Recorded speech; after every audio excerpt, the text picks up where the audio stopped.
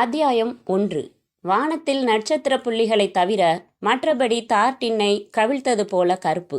பகலின் உஷ்ணத்திற்கு நஷ்ட ஈடாக குளித்து வந்த ஈரமான காற்று கடற்கரைக்கு வந்தவர்களை கிச்சு கிச்சு செய்து கொண்டிருந்தது. கோட்டூர்புரம் பாலம் கடந்ததும் இடதுபுறம் மனோகர் நகர் இருந்தது. மனோகர் நகர் பாட்டியின் பல்வரிசை போல அங்கங்கே காலி மனைகளுடன் இருந்தது. சில வீடுகள் எலும்புக்கூடு நிலையில் இருக்க, சில வீடுகள் வர்ணம் பூசும் அலங்காரத்தில் இருக்க, சில வீடுகள் முந்தா நாள் கிரகப்பிரவேசம் முடித்து உருவம் வரையப்பட்ட புது பூசணிக்காய்களுடன் மின்ன, அவன் தன் பைக்கை ஆலயம் என்று முகப்பில் சலவைக்கல் பதித்த ஒரு தனி வீட்டின் முன்னால் நிறுத்தி இறங்கினான்.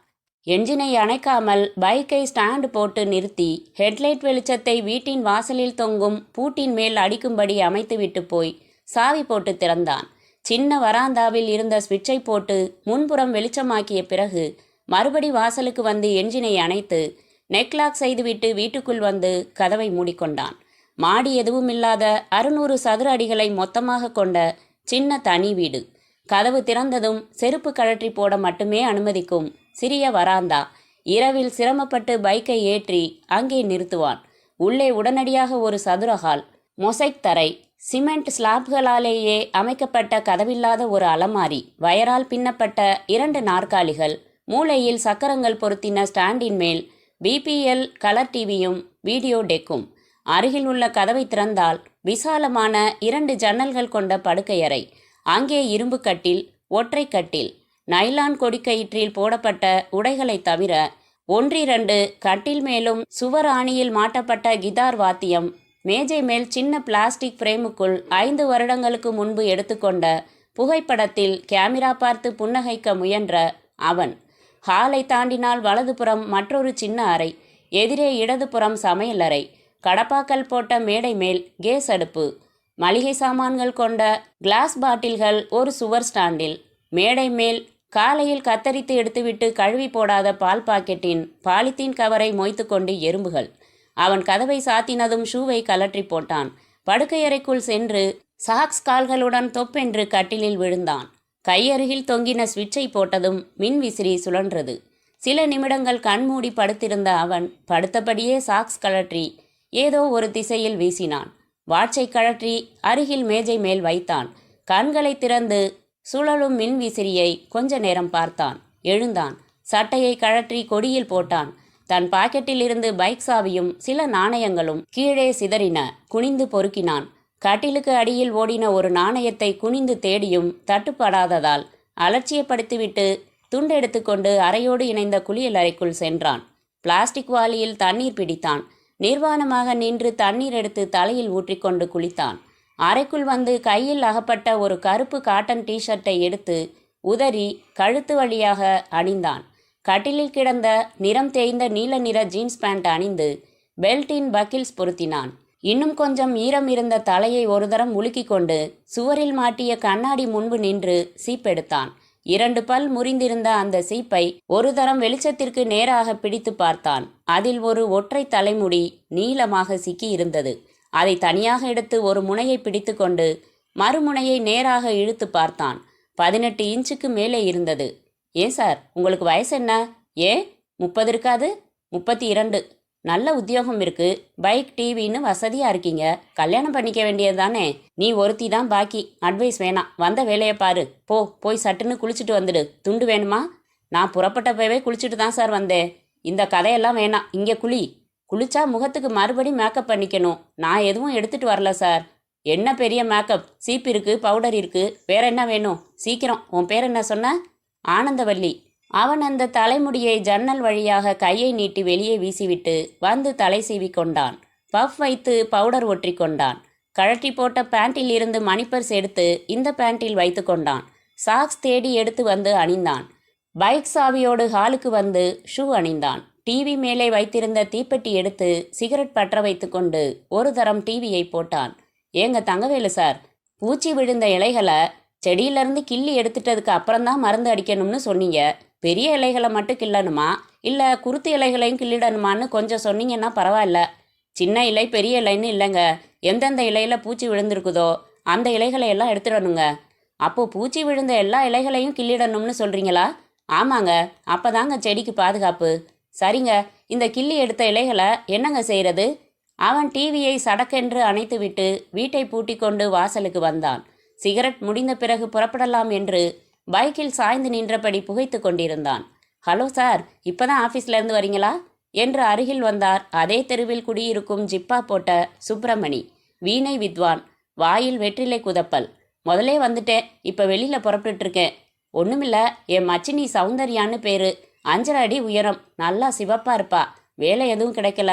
நான் தான் வீணை கற்றுக் கொடுத்துக்கிட்டு இருக்கேன். டான்ஸ் வேற கற்றுக்கிறா. சினிமாவில் அறிமுகப்படுத்தணும்னு ஆசை. நீங்கள் பெரிய அட்வர்டைஸ்மெண்ட் கம்பெனியில் ஃபோட்டோகிராஃபராக இருக்கிறதால எந்த மாதிரி லைட்டிங் பண்ணி எடுப்பா அழகாக ஃபோட்டோ எடுக்கலாம்னு விவரம் தெரிஞ்சவர். கொஞ்சம் டைம் ஒதுக்கி அவளை 2-3 ட்ரெஸ்ஸில் ஃபோட்டோ எடுத்து கொடுத்தீங்கன்னா அந்த ஃபோட்டோவை ஆல்பம் பண்ணி காட்டி சான்ஸ் கேட்குறதுக்கு சௌகரியமாக இருக்கும். எனக்கு நேரம் இருக்காது சார். அதுக்கு உண்டான பணம் நீங்கள் வாங்கிக்கலாம் சார், அதான் முறை. நான் அதுக்கு சொல்லலை. ஞாயிற்றுக்கிழமை உங்களுக்கு லீவு தானே, அரை நாள் ஒதுக்கலாமே. எங்கள் வீடு சௌகரியம்னா எங்கள் வீட்டில் எடுக்கலாம், இல்லை உங்கள் வீட்டுக்கு அழைச்சிட்டு வர சொன்னாலும் சரி. மறுக்காதீங்க, உங்கள் கைராசி அவள் அமோகமாக வரணும். பார்க்கலாம் சார், நாளைக்கு சொல்கிறேன். முடிந்த சிகரெட்டை தூரமாக போட்டுவிட்டு பைக்கில் அமர்ந்து கொண்டான்.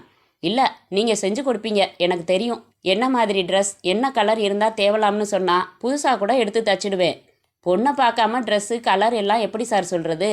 உங்களுக்கு ஒரு 5 நிமிஷம் இருக்குமா? போகிற வழியில் தானே என் வீடு. வீட்டில் தான் சும்மா புக் படிச்சுக்கிட்டு இருக்கா, பார்த்துடுங்களேன். சரி வாங்க சார் என்றான் எரிச்சலை அடக்கி கொண்டு. சுப்பிரமணி பைக் பின்னால் அமர்ந்து கொண்டார். 40 அடி தூரத்தில் இருந்த அவர் வீட்டின் முன்னால் இறங்கி கொண்டு வேட்டியை மடக்கி கட்டிக்கொண்டு வீட்டுக்குள் ஓடினார். அவன் பைக்கை சைடு ஸ்டாண்டில் நிறுத்திவிட்டு வீட்டுக்குள் வந்தான்.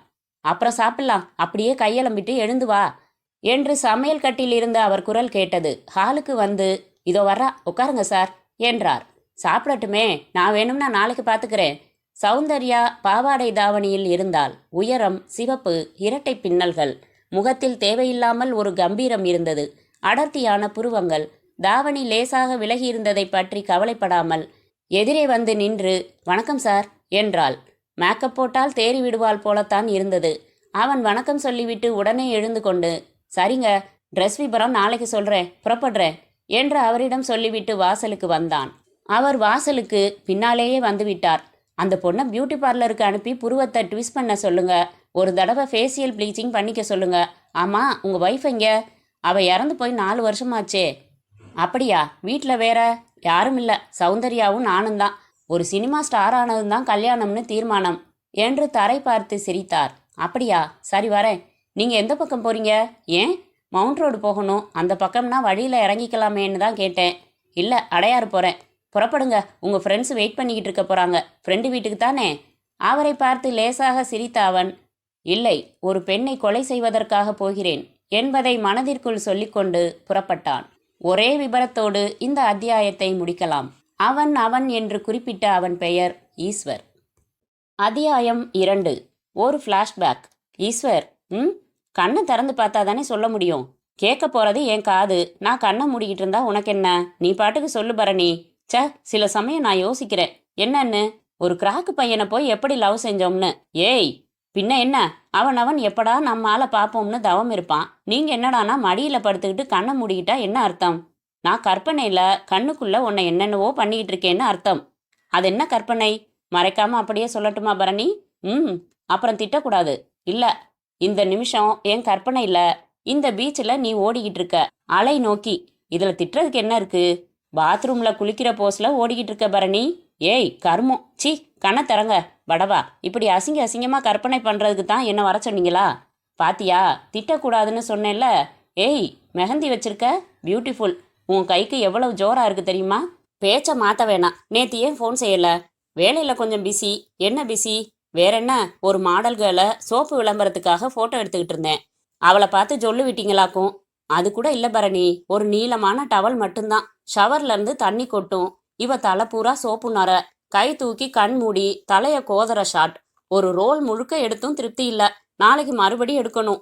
ஏன், அவளை மறுபடி அந்த கோலத்தில் பார்க்கணுமா? தொழில் முறையாக இருக்கணும் பரணி. 15 பேருக்கு முன்னாடி லைட்ஸ் எல்லாம் போட்டு வச்சு ஃபோக்கஸ் சரியா இருக்கா, லைட்டிங் சரியா இருக்கா, போஸ் சரியா இருக்கான்னு தான் கவனிக்க தோணும். கௌதம புத்தர் நெஞ்சில் கை வச்சு சொல்லுங்க, அப்ப சலனப்படவே மாட்டீங்களா?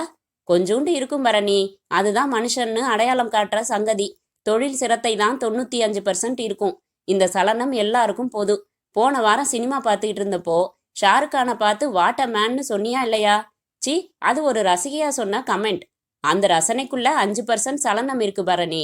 Nothing wrong. இது நேச்சுரல்னு புரிஞ்சுக்கிட்டு என்னோட சண்டை போடாம இருன்னு தான் சொல்றேன். ஏதாச்சும் உளராதீங்க. நாங்க ஒன்றும் உங்களை மாதிரி நாக்க தொங்க போட்டுக்கிட்டு அலையறதில்ல. என்ன அலைஞ்சாங்க? அன்னைக்கு உங்க ஆபீஸ் வந்தப்போ அந்த கேரளாக்காரி முந்தான விலகி இருக்கிறத கூட கவனிக்காம கெக்கே பிக்கேன்னு சிரிக்கிறா.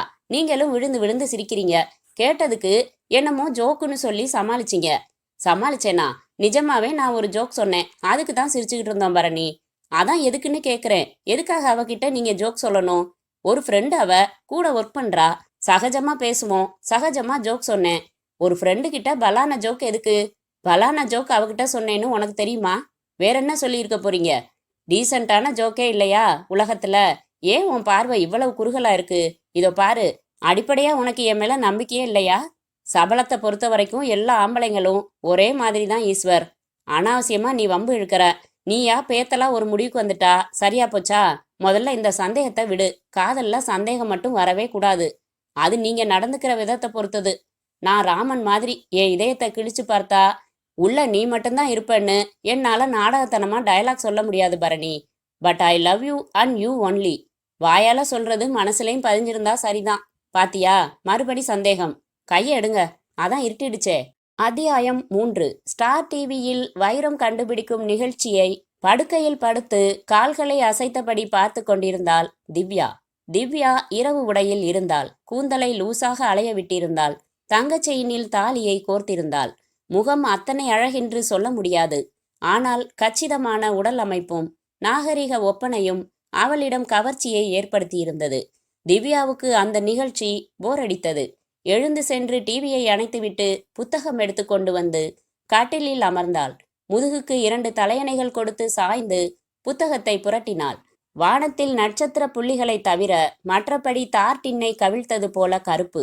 பகலின் உஷ்ணத்திற்கு நஷ்ட ஈடாக கடலில் குளித்து வந்த ஈரமான காற்று கடற்கரைக்கு வந்தவர்களை கிச்சு கிச்சு செய்து கொண்டிருந்தது. டெலிபோன் ஒலித்ததும் புத்தகத்தை கவிழ்த்து வைத்துவிட்டு நகர்ந்தமர்ந்து எடுத்து ஹலோ என்றாள். ஹாய் திவ்யா. என்னங்க, எப்படி இருக்கீங்க என்றாள் முகமலர்ச்சியுடன். ஃபைன், நீ எப்படி இருக்க? நல்லா தான் இருக்கே. நேத்து ஃபோன் செய்கிறேன்னு சொன்னீங்களே, ஏன் செய்யல? கொஞ்சம் வேலையா போயிடுச்சு திவ்யா. ராத்திரி 10:30 மணிக்கு நான் ஹோட்டலுக்கு ஃபோன் செஞ்சேன். நீங்க இன்னும் திரும்பலன்னு சொன்னாங்க. 10:30 மணி வரைக்கும் என்ன வேலை உங்களுக்கு? திவ்யா, அந்த கம்பெனி மேனேஜர் எனக்கு பார்ட்டி கொடுத்தாரு. தண்ணி பார்ட்டியா? ஆமா, அவாய்ட் பண்ண முடியல திவ்யா. வேணாம்னா அவன் விடுறதா இல்ல. நான் குடிச்சா என் பொண்டாட்டிக்கு பிடிக்காதையான்னு கூட சொல்லி பார்த்தேன். விடல. ரொம்ப வற்புறுத்தினான். சரின்னு. எத்தனை மணிக்கு ரூமுக்கு திரும்பி வந்தீங்க? 1 மணி ஆயிடுச்சு. நீங்களா வந்தீங்களா இல்ல 2 பேர் தூக்கிட்டு வந்து படுக்க வச்சாங்களா? பாத்தியா, வாரியே. Just 2 pegs Divya. எத்தனை மணிக்கு பார்ட்டி ஆரம்பிச்சது? 9 மணிக்கு. 1 மணி வரைக்கும் 2 பெக் தான் குடிச்சிங்களா? நேர்ல கேட்டா உன் தலையில அடிச்சு சத்தியம் செய்யலாம். இப்போ டெலிஃபோன்ல அடிச்சு தான் சத்தியம் செய்யணும். பார்ட்டி எங்க? அவர் வீட்லயே. வீட்லயே வா. ஆமா, இதெல்லாம் அவர் ஃபேமிலிக்கு ரொம்ப சகஜம் திவ்யா. இன்ஃபேக்ட் அவர் ஒய்ஃபு கூட பார்ட்டியில கலந்துக்கிட்டாங்க. அவரோட பொண்ணு சர்வ் செஞ்சா. சரிதான், பின்ன ஏன் அவ்வளவு நேரம் ஆகாது? அந்த பொண்ணும் தண்ணி அடிச்சாளா? Only pier.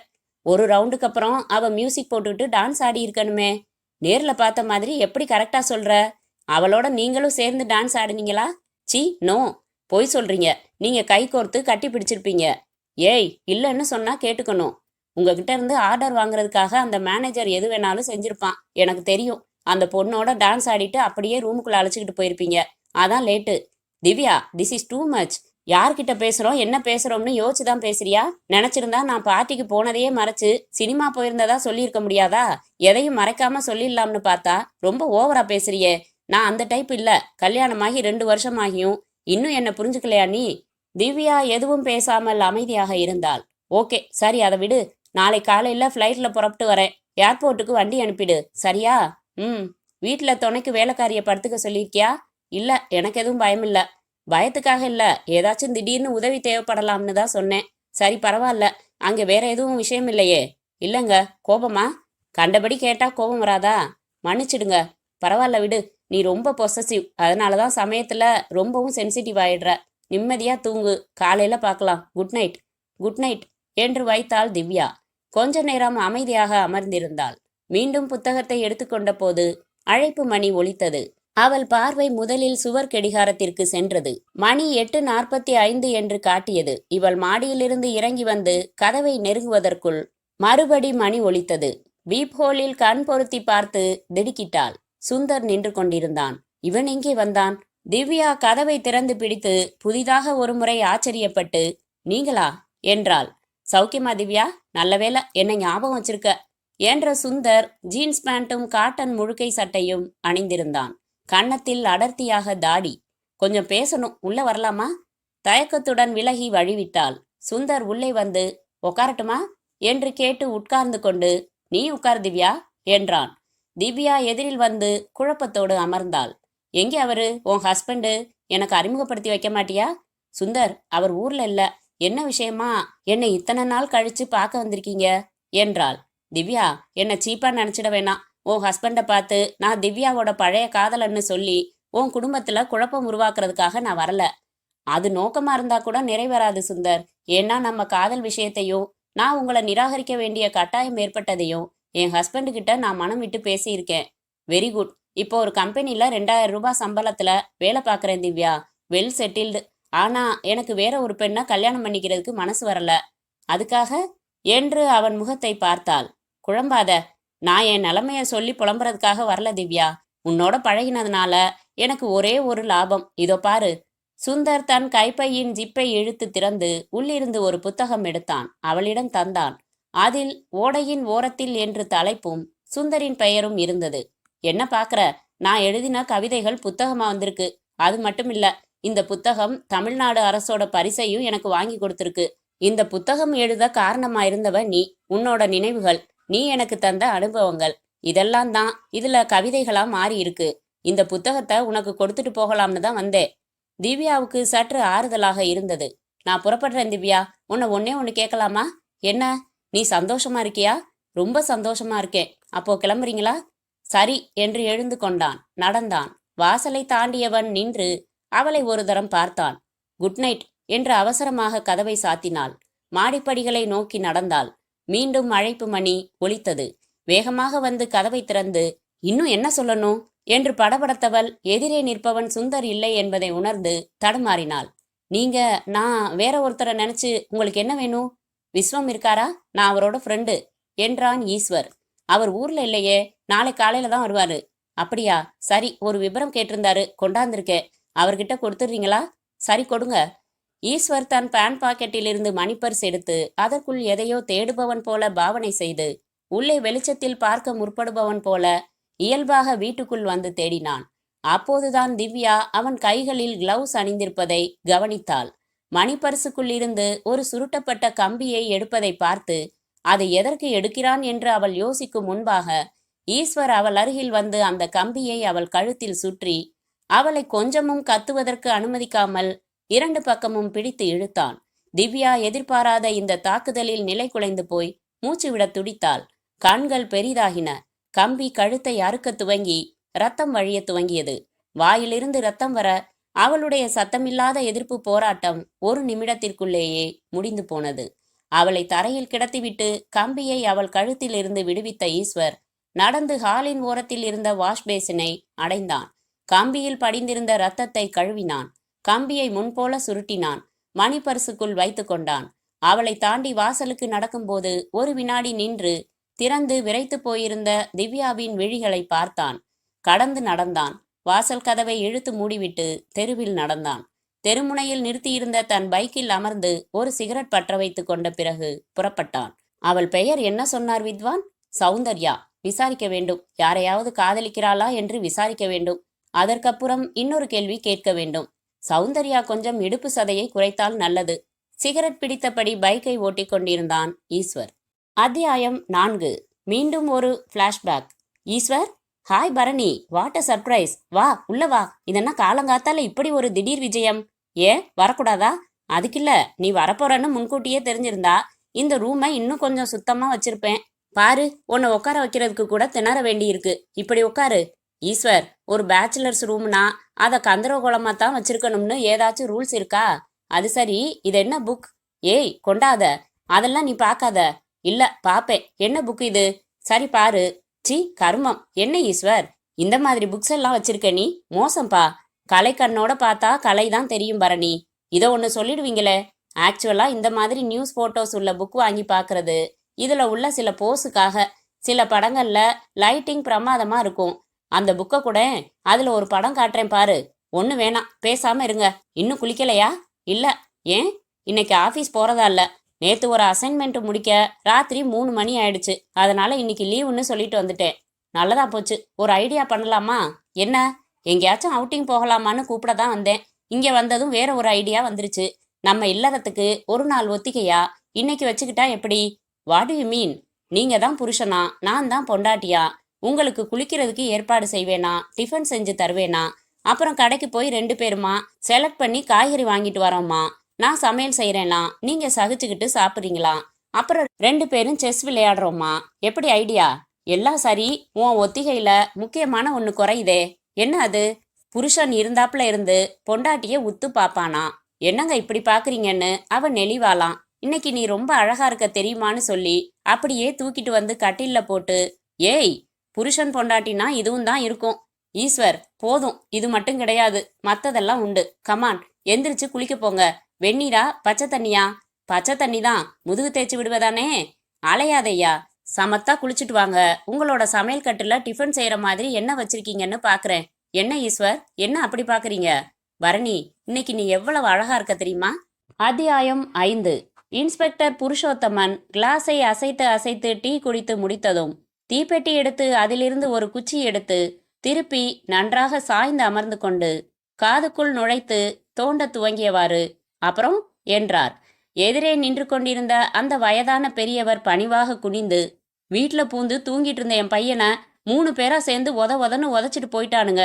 நான் பையனை ரிக்ஷால தூக்கி போட்டு ஆஸ்பத்திரிக்கு கொண்டாந்தேன். 2 இடத்துல எலும்பு முறிஞ்சு போச்சுதுங்க. கட்டு போட்டிருக்காங்க. இன்னும் மயக்கம் தெரியலைங்க. ஐயா தான் கம்ப்ளைண்ட்டை எடுத்துக்கிட்டு அந்த பசங்களை பிடிச்சு உள்ள போடணுங்க. வைத்திய செலவுக்கு ஏற்பாடு செய்யணுங்க. நான் தினக்கூலிக்காரங்க. 1000 கணக்குல செலவாகுமுங்க. என்னால தாங்க முடியாதுங்க. அவர் அழ துவங்கினார். யோ, ஒப்பாரி வைக்கிறதெல்லாம் உன் வீட்டோட வச்சுக்கணும். இது ஸ்டேஷன். நான் கான்ஸ்டபிளை விட்டு விசாரிக்க வச்சுட்டேன். உன் பையன் அவங்க வீட்டு பொண்ணை கட்டிப்பிடிச்சு கிஸ் அடிச்சிருக்கான் ஐயா. அதுவும் பள்ளிக்கூடத்துக்கு போற வழியில. நடு ரோட்ல இப்படி செஞ்சா வீட்டுக்கு வந்து உதைக்காம பாக்கு வெத்தலை மாத்தி பரிசமா போடுவாங்க. ஐயா, நம்பாதீங்க. அவனுங்க அப்படியே ஒரு கதையை செட்டப் செஞ்சு சொல்லியிருக்கானுங்க. என் பையன் அப்படிப்பட்டவன் இல்லைங்க. வீட்டு வாசல்ல தன் கட்சி தலைவரோட படத்தை ஒட்டினாங்க. அவ்வளவுதாங்க இவன் செஞ்சது. தெருவில் இருக்கிற அந்த எதிர்கட்சிக்கார பசங்க அந்த படத்தை கிழிடா, எங்க தலைவர் படத்தை ஒட்டுன்னு தகராறு செஞ்சிருக்காங்க. இவன் முடியாதுன்னு இருக்கான். அதுக்காகத்தான் வீடு புகுந்து என் பையனை அடிச்சு போட்டுட்டு தலைவர் படத்தையும் கிழிச்சு போட்டுட்டு போயிட்டாங்க. வேணும்னா வந்து பாருங்க. பாதி கிழிஞ்ச படம் சுவத்துல அப்படியே இருக்கும். இன்ஸ்பெக்டர் காது குடைவதை நிறுத்தாமல், பெரியவரே, அவங்க என்ன சொல்றாங்கன்னா, இந்த மாதிரி புகார் கொடுத்து காசு வாங்குறதுக்காக நீயே அந்த படத்தை கிழிச்சு விட்டுட்டதா சொல்றாங்க. ஐயோ, இது அபாண்டங்க. சத்தியமா இல்லை சார். அவனுங்க படத்தை கிழிச்சதை யார் பார்த்தது? நான் பார்த்தேங்க. நீ பாதிக்கப்பட்டவனுக்கு அப்பா ஐயா. நீ பார்க்கலன்னாலும் பார்த்ததா தான் சொல்லுவ. வேற யார் பார்த்தது? வேற யாரும் பார்க்கலங்க ஐயா. ஆனா உன் பையன் அவங்க வீட்டு பொண்ணை கட்டி பிடிச்சத 4 பேர் பார்த்துருக்காங்களே. சாட்சி சொல்றதுக்கும் தயாரா இருக்காங்களே. பொண்ணுக்கு நாளைக்கு கல்யாணம் ஆகணும் இல்லையா? பேர் கெட்டு போயிடக்கூடாதுன்னு தான் புகார் கொடுக்க விரும்பல. இப்ப அந்த பொண்ணு மட்டும் கையெழுத்து போட்டு ஒரு புகார் கொடுத்துச்சுன்னு வச்சுக்க, கற்பழிக்க முயற்சின்னு சொல்லி நான் உன் பையனை கைது செஞ்சு உள்ளார வச்சு கேஸ் போடலாம். அதனால இந்தா, உன்னோட புகாரை இன்னும் நான் ஃபைல் செய்யல. வாங்கிட்டு போய் கிழிச்சு போட்டுடு.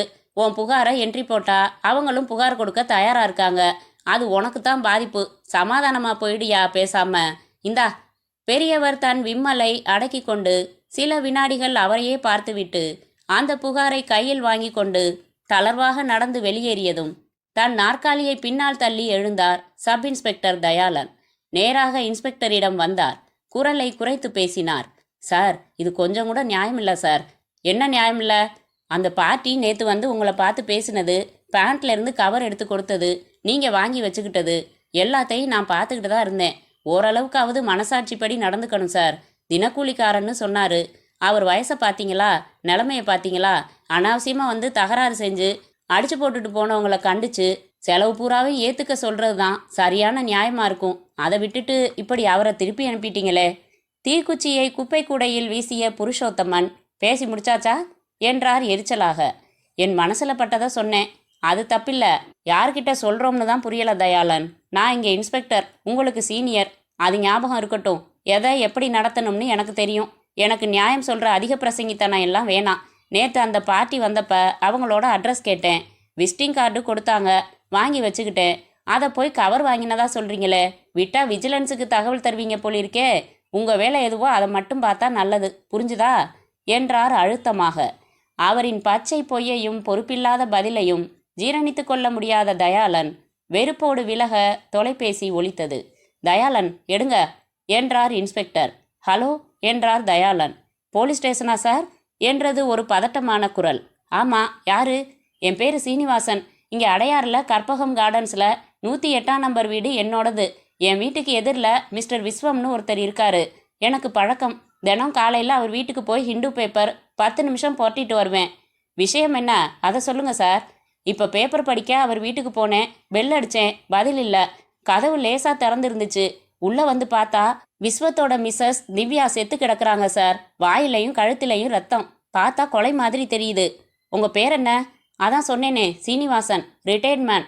கலெக்டர் ஆஃபீஸில் ஹெட் கிளார்க்காக இருந்தேன். 3 வருஷத்துக்கு முன்னாடி இப்படித்தான் மாயவரத்துக்கு நான் போயிருந்தப்போ.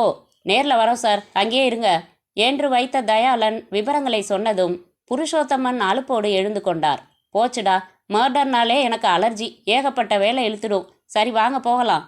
மேஜை மேலிருந்த தொப்பியை எடுத்து வைத்து கொண்டார். அத்தியாயம் 6. மறுபடியும் ஒரு flashback. Hello, Eswar speaking. Hello sir, என் பேர் ஜான்சி. ரொம்ப நாளாக உங்களோட பேசணும்னு ஆசை. இன்னைக்கு தான் உங்களோட பேச தைரியம் கிடச்சிது. நீங்கள் யாருன்னு எனக்கு தெரியலையே. நீங்கள் வேலை பார்க்குறீங்களே, அட்வர்டைஸ்மெண்ட் ஏஜென்சி, அதே பில்டிங்கில் தான் நான் வேலை செய்கிற ஆஃபீஸும் இருக்குது. அப்படியா? நீங்கள் ஆஃபீஸுக்கு வரப்போ போகிறப்போ பல தடவை நான் உங்களை பார்த்துருக்கேன். நீங்கள் கூட என்ன பார்த்துருக்கலாம். இருக்கலாம். சரி, என்ன விஷயமா ஃபோன் செஞ்சீங்க? உங்கள் வயசு என்ன சார்? 28. என் வயசு 20. ஒரு 20 வயசு பொண்ணு 28 வயசு இளைஞனுக்கு அவளே ஃபோன் செஞ்சு பேசினா என்ன அர்த்தம்னு புரியலையா? புரியலையே. நீங்கள் ரொம்ப அழகாக இருக்கீங்க சார். அப்படியா? எனக்கு உங்களை ரொம்ப பிடிச்சிருக்கு சார். சரி, என்ன சார் இவ்வளவு சொத்தையா சொல்கிறீங்க? நாம் 2 பேரும் இன்னைக்கு ஈவினிங் நேரில் சந்திச்சு பேசலாமா? எதுக்கு? என்ன இவ்வளவு தூரம் சொல்கிறேன், அப்புறமும் எதுக்குன்னு கேட்குறீங்க? தெளிவாக சொல்லட்டுமா? சொல்லுங்க. I love you sir. Please, நீங்களும் என்ன லவ் செய்யணும். செய்யலாம். அதில் ஒரு சிக்கல் இருக்குது. என்ன சிக்கல்? நான் ஏற்கனவே பரணின்னு ஒரு பொண்ணை லவ் பண்ணிக்கிட்டு இருக்கேன். சார், நீங்கள் என்னை பார்த்தா அவளை கலட்டி விட்டுடுவீங்க. முதல்ல நாம் சந்திக்கலாமே. உங்களுக்கு என் பரணியோட அழகை பற்றி தெரியாது. அவள் முகம் மட்டும் அழகில்லை, குணமும் அழகு. அவகிட்ட நான் அதிகமாக ரசிக்கிறது எதை தெரியுமா? எதை? அவளோட குறும்புத்தனத்தை. என்ன பிரமாதமான குறும்புத்தனம்! உதாரணம் சொல்லட்டுமா? திடீர்னு ஃபோன் செஞ்சு ரிசீவரில் துணி போட்டு குரலை மாற்றி நான் ஜான்சி பேசுகிறேன்னு சொல்லுவா. ஏ ஈஸ்வர், கண்டுபிடிச்சிட்டிங்களா? முதல் வார்த்தை நீ பேசினதுமே கண்டுபிடிச்சிட்டேன் பரணி. பின்ன ஏன் தொடர்ந்து அரட்டை அடிச்சிங்க? உனக்கு இந்த ட்ராமாவில் கிடைக்கிற சுவாரஸ்யத்தை கெடுக்க வேணாமேன்னு தான். எப்படி கண்டுபிடிச்சிங்க? நான் தான் குரலை மாற்றி பேசினேன்னு. நீ எப்படி மாற்றி பேசினாலும் கண்டுபிடிப்பேன். நீ எப்படி பேசுவேன்னு ஒரு தொனி இருக்கே, அது எனக்குள்ளே பதிஞ்சிருக்கு. சரி சொல்லு, இப்படி கலாட்டா பண்ணுறதுக்கு தான் ஃபோன் செஞ்சியா? இல்லை, இன்னைக்கு ஈவினிங் வெளியில் போகிறோம். நோ, இன்னைக்கு எனக்கு நிறைய வேலை இருக்குது. I am not bothered. 6 மணிக்கு உங்கள் ஆஃபீஸ் வாசலில் வெயிட் பண்ணுவேன். எங்கள் ஆஃபீஸ் பில்டிங்குக்கு 2 வாசல் இருக்குது. இன்னொரு வாசல் வழியாக ஓடிடுவேன்னு சொல்கிறீங்களா? நாளைக்கு போகலாமே. நாளைக்கு காலையில் நான் உங்களுக்கு கொடுத்தாகணுமே. அதுக்கு இன்னைக்கு போய் வாங்கினா தானே பரவாயில்ல. என்ன வாங்கணும்? ஒரு அட்டகாசமான சட்டை. யாருக்கு? உங்களுக்கு தான். இப்போ எதுக்கு சட்டை? என்கிட்ட நிறையா இருக்குது. இருந்தாலும் ஒரு நல்ல நாளில் புது சட்டை போட்டுக்கிறது தான் நம்ம வழக்கம். நல்ல நாளா? நாளைக்கு என்ன பண்டிகை? ஈஸ்வர், நாளைக்கு உங்கள் பர்த்டே. ஹலோ, என்ன பேச்சே காணோம்? பரணி, சத்தியமாக சொல்கிறேன், உன்னை ஒய்ஃபாக அடைய போகிறேன் பாரு. நான் ரொம்ப கொடுத்து வச்சுருக்கணும். நோ நெகிழ்ச்சி பிஸ்னஸ். நான் கூட மறந்துட்டேன். நீ ஞாபகம் வச்சுருந்தது போதும்பா. உங்கள் sentiments. Evening I coming, you waiting, okay?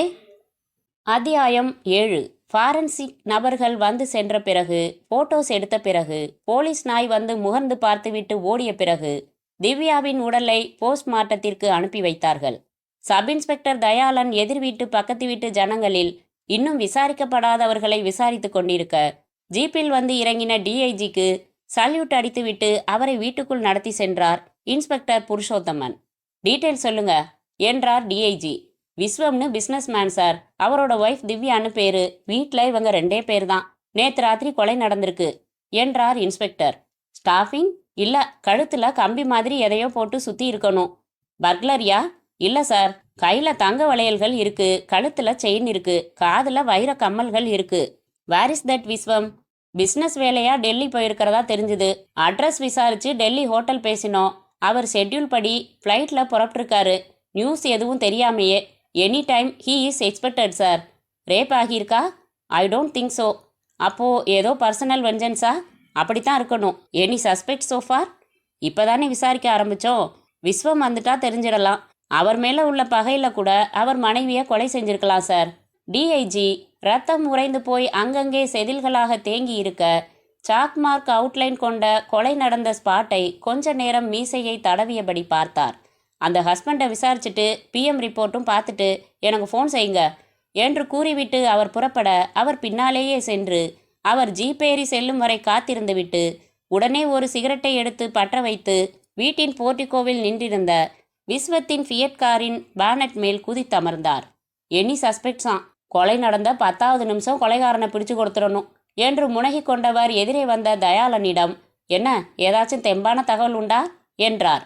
3வது வீட்டில் பரமேஸ்வரன்னு ஒரு டீச்சர் இருக்கார் சார். அவர் நேற்று ராத்திரி நகம் வெட்டினாராம் என்றார் தயாளன். இது நம்ம கொலைகேஸுக்கு ரொம்ப தேவையான தகவலா? கேளுங்க சார். வெட்டின நகங்களை கொண்டாந்து வீதியில் போடுறதுக்கு வந்தாராம்.